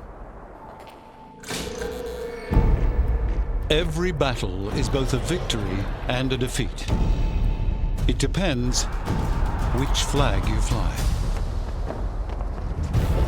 In every theater of the Second World War, battles won and lost determined possession of territory, of resources, and of the strength to go on fighting. For some of the battles, it was the victory that most influenced the future course of the war. For others, it was the defeat. This is the story of the battles won and lost that decided the outcome of the greatest conflict in history.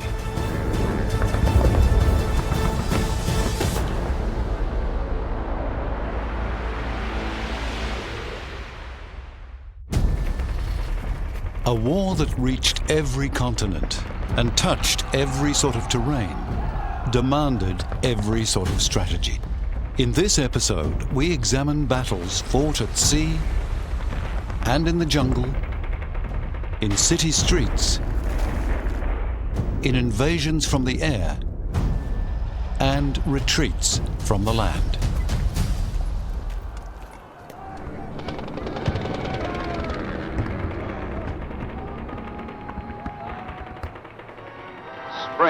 Paris, over the Eiffel Tower, over the cities and towns of Europe hangs a pall of fear and death.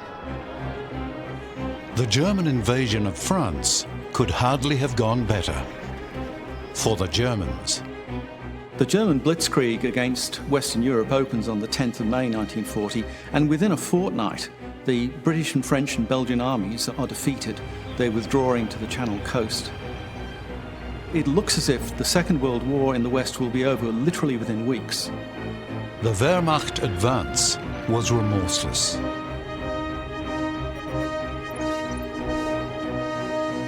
Army Group A, in the center of the offensive, wheeled towards the coast, pushing the French First Army and the British Expeditionary Force towards the sea with the finesse of a sheepdog.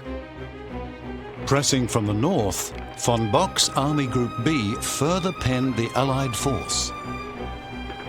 And soon, 3 German armies, von Kluge's 4th, von Kuchler's 18th, and von Reichenau's 6th, were moving in for what must have been the coup de grace.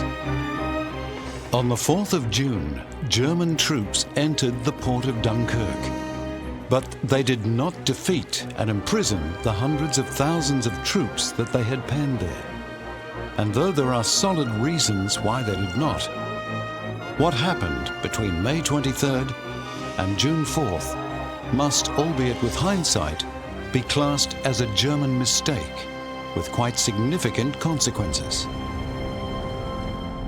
By the 23rd of May, the Belgian army had been isolated and the British and 1st French forced against the sea.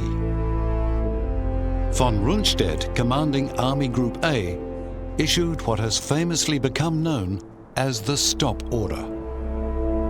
The Germans have been fighting for 3 weeks, invading Western Europe. Their forces are exhausted. So the German generals, and not as many people think, Hitler, ordered them to stop on the perimeter of the Dunkirk beaches. So in effect, the Germans hand Western allies a few days' grace. So why did von Rundstedt and Hitler halt their smashing offensive? The panzer divisions had been reduced by 30% in the blitzkrieg that had brought them to the Channel. And the bulk of the French military machine lay undefeated, as indeed did the greater part of France.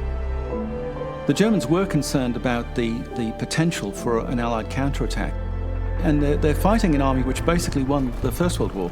So the Germans are concerned that their enemy is giving in too easily. So yeah, there was a very sensible prudence on the part of the German commanders, who also knew that their own troops were disorganized by success. When Hitler visited von Rundstedt, his acceptance of the stop order was made easier by the assurances of Reichsmarschall Hermann Göring, who agitated for and guaranteed the success of leaving it to his Luftwaffe to finish off the trapped Allied troops. The country around Dunkirk is not suitable for armoured warfare. It's flat, but it's cut up by canals and drainage ditches. In fact, it's very similar to the fighting in the First World War in Flanders, which the senior commanders on both sides, including Hitler, remembered from 20 years before. On the day that Hitler and Göring made their plans, the British commander, Lord Gort, took a unilateral decision. He would not risk losing his entire command by participating in General Weygand's proposed and wildly optimistic offensive, which imagined a breakout to link up with forces further south. Gort decided instead to withdraw the British Expeditionary Force on Dunkirk, from which they could be evacuated, to fight another day. That evacuation, Operation Dynamo, would begin on May 26th. Gort's was not the only unilateral decision of the unravelling alliance. On May 27th, without consulting his allies, King Leopold of Belgium offered his surrender to the Germans. Admiral Bertram Ramsay, who had been alerted as early as May 20th of the possible need for an evacuation, had brought together a large and decidedly motley collection of vessels. with which to carry off the troops assembling at Dunkirk. British ships, cruisers, destroyers, yachts, paddle boats, anything that could float, for the British were determined to save their men. The shortest route had to be abandoned when Calais fell, and ships would have been within range of the Calais shore batteries. The second, Route X, was vulnerable to unswept mines. And so, the longest passage, north to the Quinte Buoy, west to the Goodwin Sands lightship, and south to Dover, a journey of 160 kilometers, was chosen of necessity. As it became clear what was happening, the Luftwaffe's action against the evacuation intensified.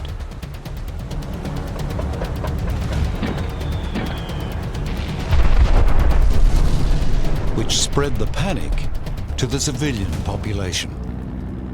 Men, women and children with bags dragging little trucks. The children weren't talking or playing, all with vacant expressions, just looking straight ahead. The pullback on Dunkirk was not a rout. Beginning on the 26th, the forces conducted an orderly, phased withdrawal to a 25-kilometer perimeter, defining a pocket 10 to 12 kilometers deep. The BEF disabled its equipment, spiked and abandoned its guns, and fell back. Had it not been for this discipline, had there been panic, what happened at Dunkirk would not have been possible. There, the efficient evacuation was underway. 25,000 men had been taken off by the end of the second day of the operation. By May 31st, the day of the largest total taken off, the figure had risen to 68,014. The harbour full of sunken ships, and at the quayside I could see somebody running in front of me. I could see him running, and he was running, and I thought, oh, that ship's got smoke coming out of the funnel, so I ran like mad as well, and it was just pulling away from the quayside, and I managed to get aboard. I just jumped aboard. Thank God. The effectiveness of the Luftwaffe was restricted. The bombers could not operate at night. Visibility was limited by frequent mists, although calm seas favoured the evacuation fleet, and the Royal Air Force could sufficiently harass German aircraft to restrict their effect.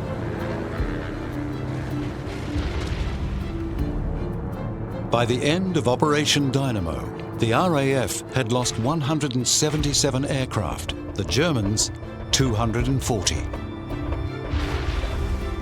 Had the Germans not halted on the 23rd, it is unlikely that such an evacuation could have been conducted. The evacuation of Dunkirk means several things. I mean, in sheer practical terms, it means that the British have literally hundreds of thousands of men to continue the fight. Secondly, they've got not just British troops, but French troops especially. So there's a free French army created in Britain because of the evacuation of Dunkirk. Though the British troops had lost their equipment, they had boosted morale and the will to resist. Anyway, the BEF has come back, and whatever the disasters that have led to their return, we at home are mighty glad to have them here. And when, on their return, Churchill made his defiant "we shall fight on the beaches, we shall never surrender" speech, he spoke for the nation.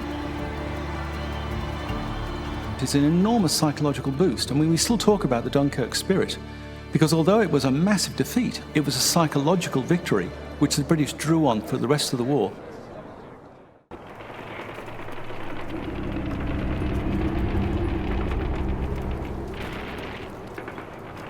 In 1937, Japan launched a full-scale invasion of China. It did not go to plan. Progress was slow, resistance more stubborn than had been anticipated. In 1939, Japanese colonial ambitions suffered a further check on the Mongolian border, where Soviet troops inflicted a decisive defeat. It all strengthened the hand of that faction in the military, which argued that Japan's expansion should be south. To Japan, it was the southern resources area, and dressed up as the Greater East Asia Co-Prosperity Sphere, it would give Japan all of the living space and raw material that she needed. What we need to remember here is that this is an age largely before synthetic products. That Japan had been fighting a very costly war in China. The way that it saw finishing that war was it needed more resources. The Japanese leadership saw that they had no choice but to seize the resources of the Netherlands East Indies. Not only are the Dutch East Indies of great strategic value, but also they contain great material wealth. Oil, for instance. Their aims were to do it quickly so they could release the troops needed to send them back to fight the war in China, so that they could grab those resources in the Netherlands East Indies and start shipping them back to Japan before the United States started to gear up for war. December 7th, 1941. As Japanese aircraft were approaching Pearl Harbor, Japanese forces under General Tomoyuki Yamashita were already going ashore on the Malay Peninsula at Kota Baru. Some of their early successes were all about simultaneous operations across a broad swathe of Asia and the Pacific. So the British and American forces in the Asia Pacific, they were spread out trying to react to the Japanese. A lot of these places were very weakly garrisoned as well, so the Japanese were very quickly seizing them and then moving on, because part of their battle plans were that troops required for one operation were then moved relatively quickly on to the next. So they didn't have time to do that. At the end of 1941, hardly more than 3 weeks after the code words Tora Tora Tora had sent in the raid on Pearl Harbor, the Japanese were now poised for a full-scale invasion of Burma, the conquest of the Philippines, the assault on Singapore, and the defeat of the Dutch in the resource-rich Dutch East Indies. As Churchill said of the fall of France, how could it have happened so quickly? The reasons for victory can be seen in the campaign in Malaya. They were repeated through the co-prosperity sphere and were fundamental to Japan's early success.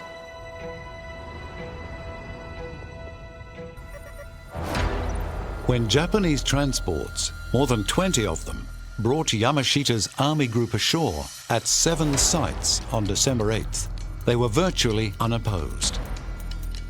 British forces were in their habitual deployment, particularly in strength around the Butterworth base, and had not been moved despite the growing threat of Japanese militarism and the presence of the Japanese force across the Gulf of Siam. The 5th Infantry Division quickly secured the air bases at Patani and Singora. Taking Singora, where the peninsula narrows, made possible the movement of Japanese forces across to the west coast.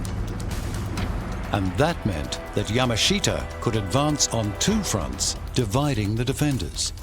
The Japanese maintained flexibility in action. The east coast, thinly defended, was little more than a march southwards. The west coast required different tactics, and they got them. Hook actions either left strong defensive positions impotent in the wake of troops that had bypassed them, or more usually, encircled and smashed them. In places, these hooks meant moving through jungle that the British had deemed impassable, an echo of the French mistake that was exposed by the advance through the Ardennes. The terrain is exploited by the Japanese in a way that it's not by the British. They never quite managed to work out how to prevent the Japanese outflanking, both using the forested areas, but also what the Japanese do in Malaya as well is make use of small craft to outflank British positions on the land by outflanking movements using the sea. All the early reports from Malaya spoke of heavy and confused fighting with the Japanese gaining ground. This is typical Malayan country, almost the only place in which troops can deploy being the plantation. The Japanese had been specifically trained in jungle warfare, The British and Commonwealth forces had not. Their strategy had suffered from traditional textbook planning which had, in a way, suffered from imperial hubris. There's a lot of racial prejudice underlies the Allies' initial reading of what the Japanese military is capable of. And so it underestimates its ability to manoeuvre. It underestimates its ability to fight. It underestimates its willingness to utilise the terrain to its advantages. It underestimates the capabilities of its aircraft, and thus the Japanese are able to wrest control of the skies in areas that they're fighting very quickly. Speed was fundamental to Japanese military thinking, so it was engineered into every aspect of the operation. Troops, not only in the Malaya campaign, but everywhere and throughout the war, travelled with very little in the way of support. When, by the 21st of December, British formations received the order to concentrate on a line behind the Perak River, it was too late. Japan would continue to record victories, pushing and pushing faster than their opponents could recover, so that Singapore, the Philippines, and the East Indies would all fall.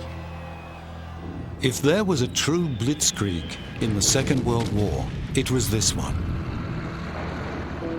In a matter of weeks, Japan had gained for itself 1/6 of the surface of the planet.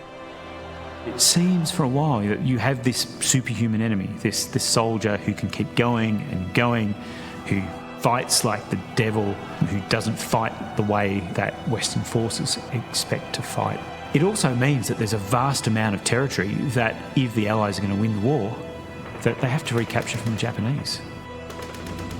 But after 6 months, the seeming invincibility of Japan was stopped in a great naval battle in a place called Midway.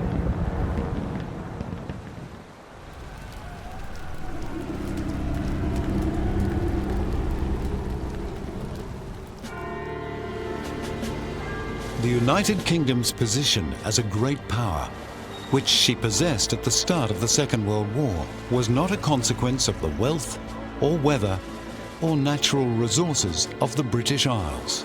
It rested on her empire, a vast maritime empire, the greatest the world had known.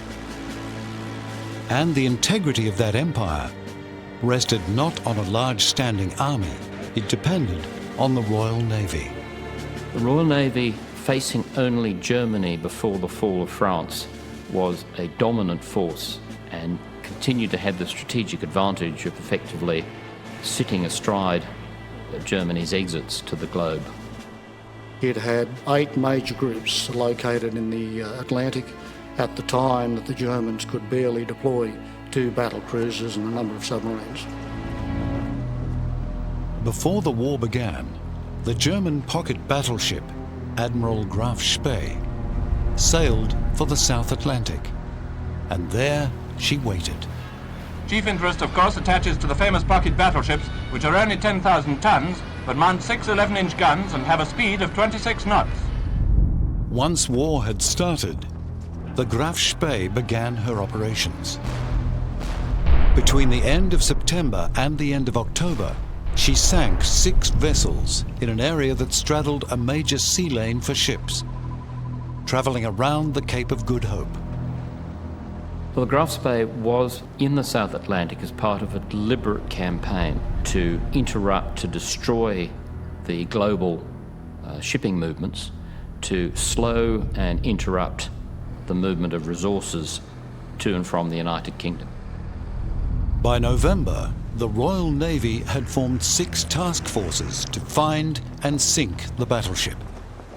In early December, Graf Spee claimed 2 more victims, but they did not go down without sending radio signals that influenced Commodore Harwood, commanding Force G, to concentrate his forces on the Falkland Islands.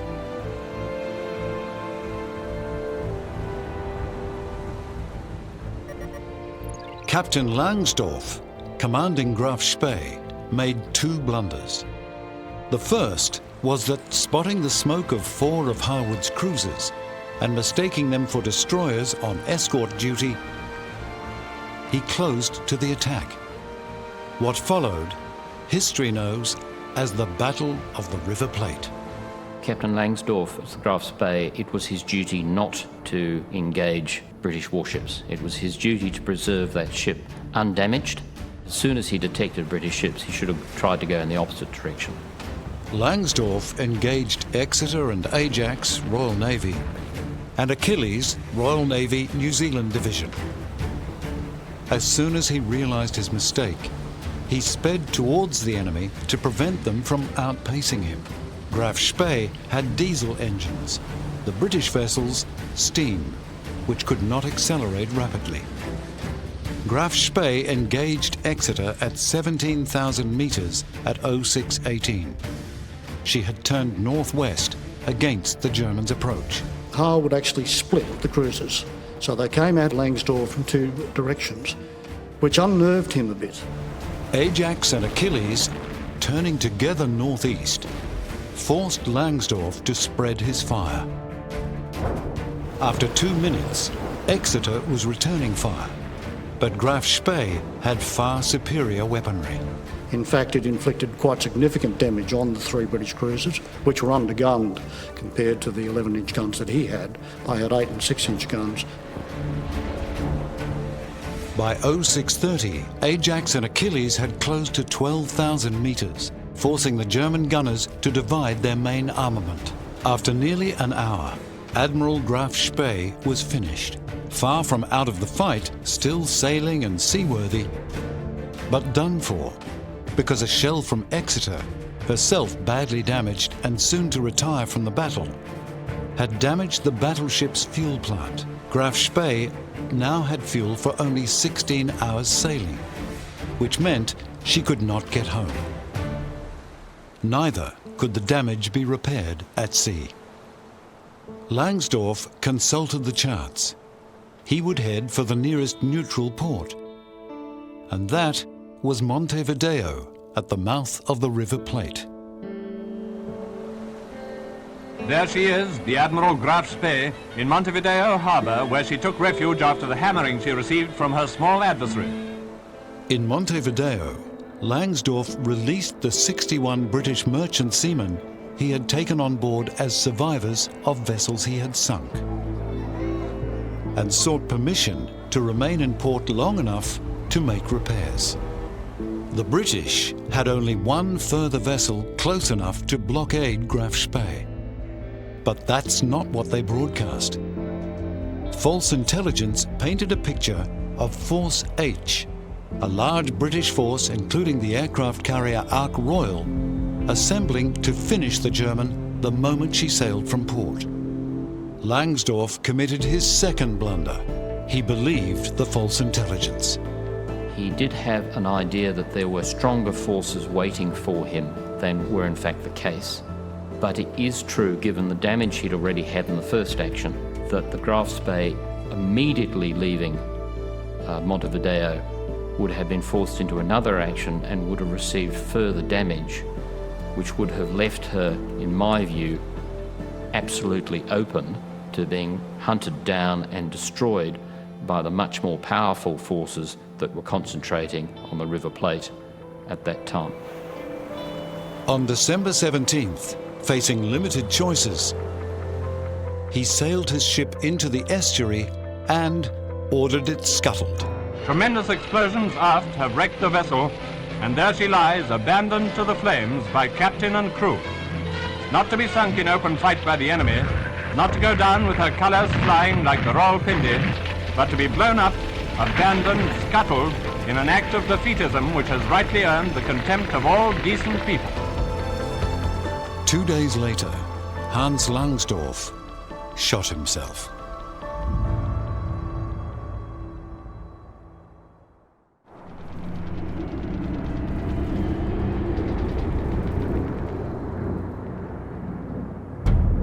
Even as an army marches to certain victory, a wrong step can lead to a setback, a defeat. The Allies had been grinding on from their Normandy beachhead, moving north and east, pushing the Germans back and approaching slowly against resistance towards the Rhine and the moment when they would set foot on German soil. Market Garden is a bizarre battle because it arises from Field Marshal Bernard Montgomery's desire to bolt into Germany. Field Marshal Montgomery, the British commander, and Dwight Eisenhower, the American Supreme Commander, had a very uneasy relationship. They had fundamentally different ways of commanding, of projecting themselves, and they disagreed about the strategy for the Allied advance into Germany, which they had to do in order to defeat the Third Reich. Eisenhower, I think sensibly, wanted to advance on a broad front. Montgomery had a bizarre idea to punch a hole in the German defences, to break into the North German plain. Montgomery hoped his plan might also answer those critics of his conduct following D-Day, when some had thought him overly cautious. Operation Market Garden was not a cautious plan, and following Eisenhower's approval, he received the troops and resources that he needed. The new move was shaping up, and everybody knew it was to be another of those combined operations. And it was going to be that knockout punch we'd all been sweating out. Market Garden's basically two operations. Market is the airborne operation, where they drop airborne troops beyond the bridges. Garden is the land advance to join up with those airborne forces. And it sounds like a sensible idea, except, as the phrase goes, it was a bridge too far. For Montgomery's plan to work, it was essential that every phase of the operation was a success. Every bridge secured.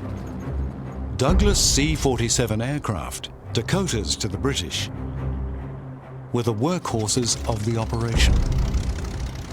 They carried the 1st Allied Airborne Army, and they towed the gliders. About 2,000 aircraft of various types were involved. Troops dropped in by glider or chute were to grasp and secure the bridges. Following them would be the British 30th Corps under General Brian Horrocks. If Horrocks could bring his men up in time, if the airborne divisions could take and hold the bridges until 30th Corps got through, the German flank would be turned on the Rhine. If.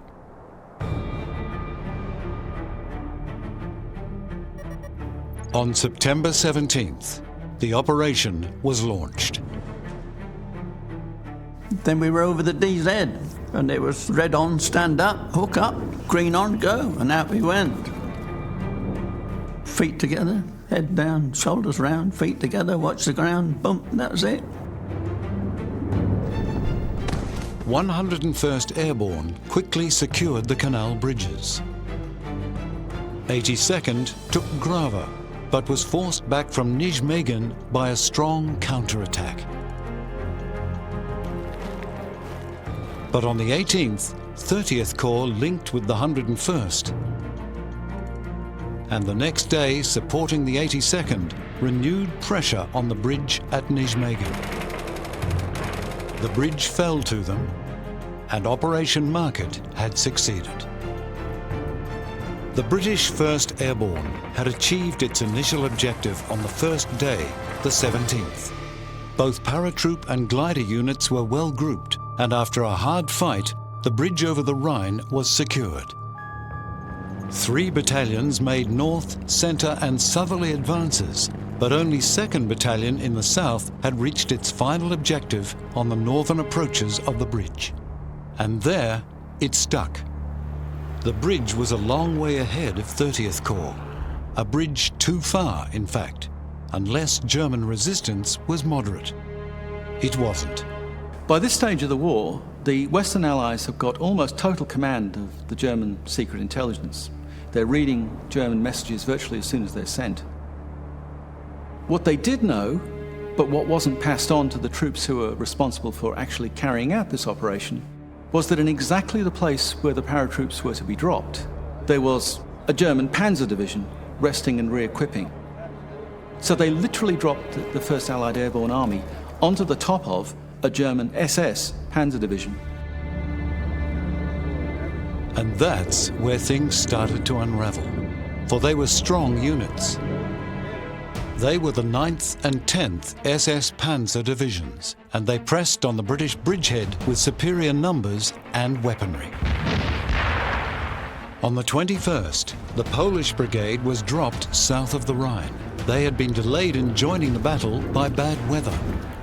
And poor intelligence dropped them into strong German positions where, instead of being able to force a way through to reinforce 1st Airborne, they were cut to pieces.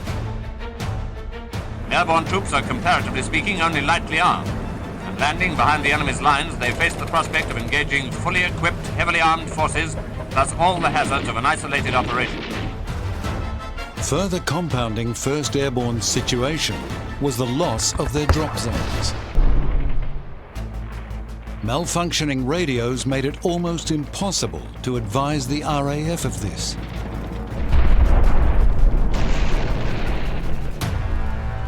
And consequently, vital resupply fell into the wrong hands. Of 390 tons of supplies dropped, only 31 tons were received by the British division.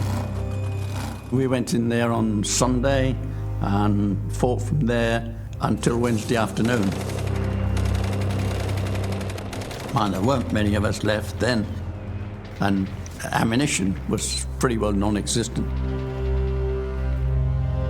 General Urquhart, commanding 1st Airborne, made the decision to pull his men to a defensible position to await relief by the overdue 30th Corps. This meant abandoning 2nd Battalion, which had reached the northern end of the bridge. German troops, meanwhile, cut across the British line of advance south of Uden, further slowing the relieving column. On the 26th, 9 days after the drop, 30th finally linked up with 1st Airborne, but it was too late to effect a battle that had been lost. Market Garden is an absurd Allied defeat at the very moment where the Allies are gloriously advancing through France and Belgium, liberating the country as they go. It should never have happened. The Allies are massively well equipped, they've got more weapons, more equipment, more intelligence than the Germans, but they fail to use it. Of 10,000 who had landed at Arnhem, 2,000 marched out with 30th Corps. Most of the rest saw out the remainder of the war as prisoners of the Germans. Market Garden certainly doesn't do Montgomery's reputation any good. Eisenhower already knows that he's a hard man to work with, and Market Garden puts the cap on it. It has another effect, of course, and that is that the Allies are not going to get to the Maas and certainly not get across the Rhine in 1944. And of course it means that Eisenhower's actually right, that you can't simply drive your column into North Germany and expect to win. You've got to advance on a broad front, and that's exactly what the Allies do in 1945, and that's what gets the Germans defeated in the West.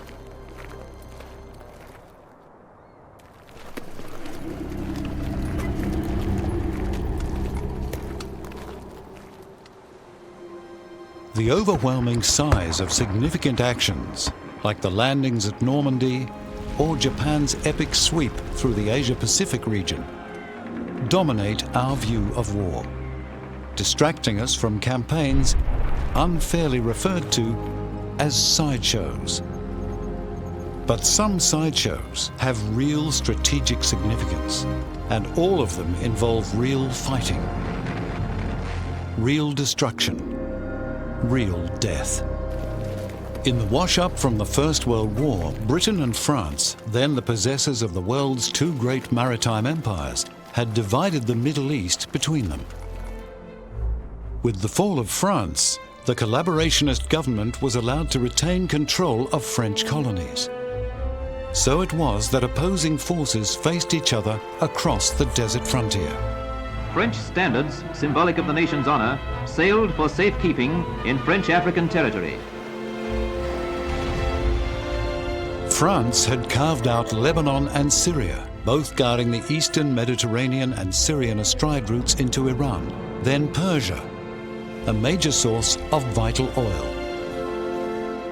And neighboring the British sphere of influence in Iraq, where rebellion against the British had only been curbed in May. On June 8th, a joint British, Commonwealth and Free French force moved into Lebanon and Syria with the expectation that the 45,000-strong Vichy French garrison would surrender and march over to the Allied cause. But it did not, and 6 weeks of fierce fighting ensued before the Vichy French lost the battle. And and 6,000 were counted as casualties.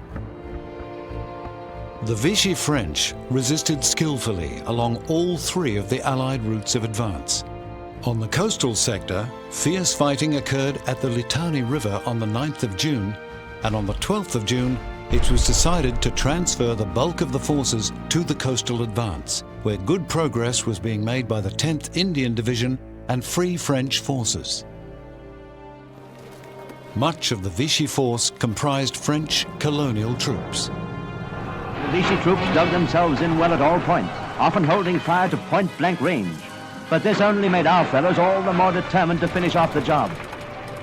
When Australian James Heather Gordon charged a machine gun emplacement during the Battle of Jazim, an action for which he was awarded the Victoria Cross, he found that he had been fighting not Frenchmen, but Senegalese. The Allied advance stalled on Jebel Abu Atriz, where a flanking move by Free French tanks was stopped by heavy shelling from Vichy artillery. And troops holding Quneitra on the other main road to Damascus reported the approach of a strong Vichy force from the north. 2 companies of Free French troops were sent to reinforce defensive positions across the road. By 0900 on the 15th of June, Indian troops were pushing forward into the hills and within an hour had captured Tel Kisue. By 11:30, Free French Marines had secured the village of Montkelbe. In the second phase of the attack, Free French were fighting Vichy French. The very tragedy that General de Gaulle had wanted to avoid at Dakar. What a comment on the so-called honor of the Vichy leaders that they should have ordered their men to fight not only their former British allies, but even the Free French, their own countrymen. During the night of the 15th of June, Indian troops took R2s on the Quneitra to Damascus road, cutting the communications of the Vichy force advancing on Quneitra. But their approach was too slow. On the afternoon of the 16th of June, the Allies at Quneitra, outnumbered 3-1 and facing tanks against which they had no effective counter, surrendered. But by the 18th of June, the situation had been restored.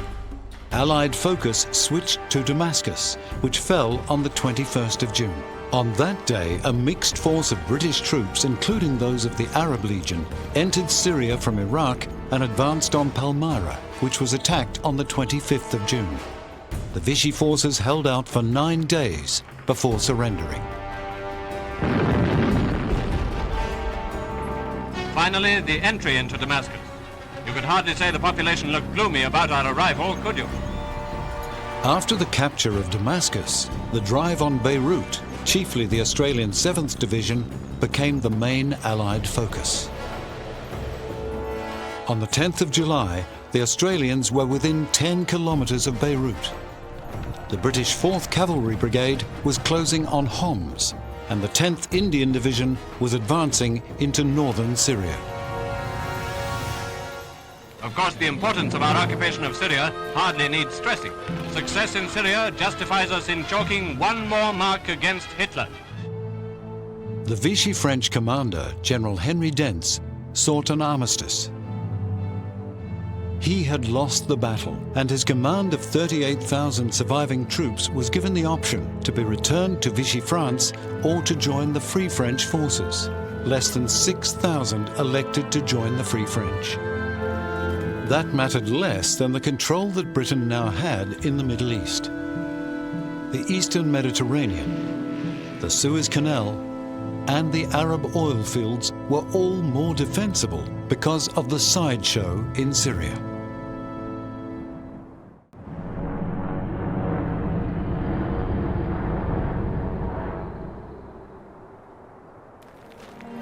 On the 25th of April 1945, American and Soviet troops made contact. The link-up between the Americans and the Russians at the River Elbe near Torgau marked the climax of the two great advances into the heart of Germany from west and east. It was colossal news. On the same day, the Red Army completed its encirclement of Berlin. Berlin, at the same time, became a fortress city. That was the special concept, meaning that the city was to be defended at all costs, to the last cartridge, to the last bullet, the last man. Defensive preparations were made in depth, but resources were far from elite. The numbers in Berlin, well, there are no concrete numbers. It was a mishmash of units, so police units, Hitler Youth units, and Volkssturm units, just people's militia, made of those who were not able to serve in the regular army because they were either too young or too old or had some sicknesses, health issues, pretty much everything they could get.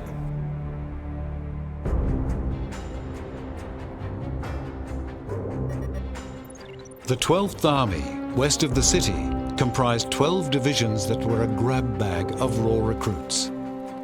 Von Manteuffel's 3rd Panzer Army, north of the city, comprised 9 divisions, none of which was panzer. The total deployed in defense of the capital was some 50 in different divisions. Coming towards them were almost 200 divisions of the Red Army. And as they came, they scorched the earth. The Soviet offensive was designed to ensure the fall of Berlin no later than May Day, May the 1st. Soviet forces began to move on April the 12th. Air raids continued to pummel the city. The Berliners, they built tram barricades, piles of rubble to block the streets, but how could that help really? Because 7 Soviet armies were advancing exactly on Berlin, and the Berlin garrison had less than 100,000 men. This is less than a corps against 7 Soviet full able-bodied armies. So their situation was dire, to say the least. Zhukov's 1st Belarusian front in the center, Konev's 1st Ukrainian front to his south. Rokossovsky's 2nd Belarusian to his north would race each other for the prize. On April 16th, Zhukov's offensive began when 3 red flares shot skywards and 140 searchlights were turned on in the eyes of the enemy. Then 3 green flares signaled the start of a ground-shattering bombardment. Literally so shocking that entire villages collapsed and whole forests exploded as 8,983 Soviet guns opened up. The bombardment lasted for 35 minutes. Then, abruptly, neatly, it stopped. And the Red Army moved forward, more than 6 million men and women with one thing in mind. Zhukov, advancing from his bridgehead on the Oder, was aiming for the heart of the city. The Germans, mostly the SS units, they were tough in battle, but nothing could save them. This is obvious, because the Soviet soldiers, they were so close to the victory that they were waiting for, fighting for, hoping for 4 years. Now, there is a moment of revenge, especially for those who lost their loved ones or who went through the occupied territories in the Soviet Union and saw the horrible massacres and all the outcomes of the genocidal policy that the German state was executing in the occupied Eastern territories. So now they were fighting with even more rage, more anger. Retribution is incidental in the course of military operations, but certainly here in Berlin there was all the evidence of it. Retribution for the havoc caused by Hitler's Huns in Leningrad and Warsaw, London, Coventry, Rotterdam, and all the devastated cities of the Allies. On the 26th, the city center was ringed, and Soviet forces advancing house to house, room to room, moved in. Their objective was the Reichstag. Въехал в Берлин. Ну, в Берлине воевали сложно было, конечно. Мы прорывались к Рейхстагу, помогали пехоте туда продвигаться, пробивались, и везде это Нас тоже много подожгли, наших машин много. Я как-то остался, вроде ничего. Berlin was hell, pretty much. This was hell. A number of those who fought, they remember that it was hard to tell if it was night or day because thick black smoke was covering the sunlight. The smoke that was lit by the fires of knocked out tanks and buildings. Screams in the air, screams of those wounded, because Berlin was full of civilians that, of course, were dying during the course of the battle. And dust from the destroyed buildings was always in the air. It was hard to breathe all the time. It cracked on the teeth of those who fought. On April 30th, after first successfully testing the poison on his beloved dog Blondie, Hitler and his new bride bit down on cyanide capsules, at which point Hitler, to be certain, shot himself in the temple. The Red Army was 200 meters away. The next day, the Reichstag fell, and the red flag was famously hoisted on its roof. General Helmut Weidling, commanding the military garrison, surrendered the city. Berlin as a capital, as a city even, was dead. This was what remained of the Reichstag, the building which gained worldwide notoriety when the Nazis seized power. Дальше картинка сразу. Берлин преобразился. Покрылся белым цветом. Из окон, балконов, где только можно, белые полотнища. Простыни, просто наволочки, что угодно белое было, вывешивали. Берлинское население, не подтверждало, само капитулировало, сообщало о своей безоговорочной капитуляции. The battle for the capital had cost more than 300,000 Soviet casualties, perhaps a similar number of German casualties, and in addition 480,000 German prisoners who had failed in their attempt to break out west to surrender to the American, British and French forces from whom they expected kinder treatment. The capital has fallen, but the resistance still was going in the north. Some troops were still fighting for the Third Empire that did not exist, that lasted for only 12 years. The last of the last, they just decided to give themselves in late May 1945. This was the end of the Reich.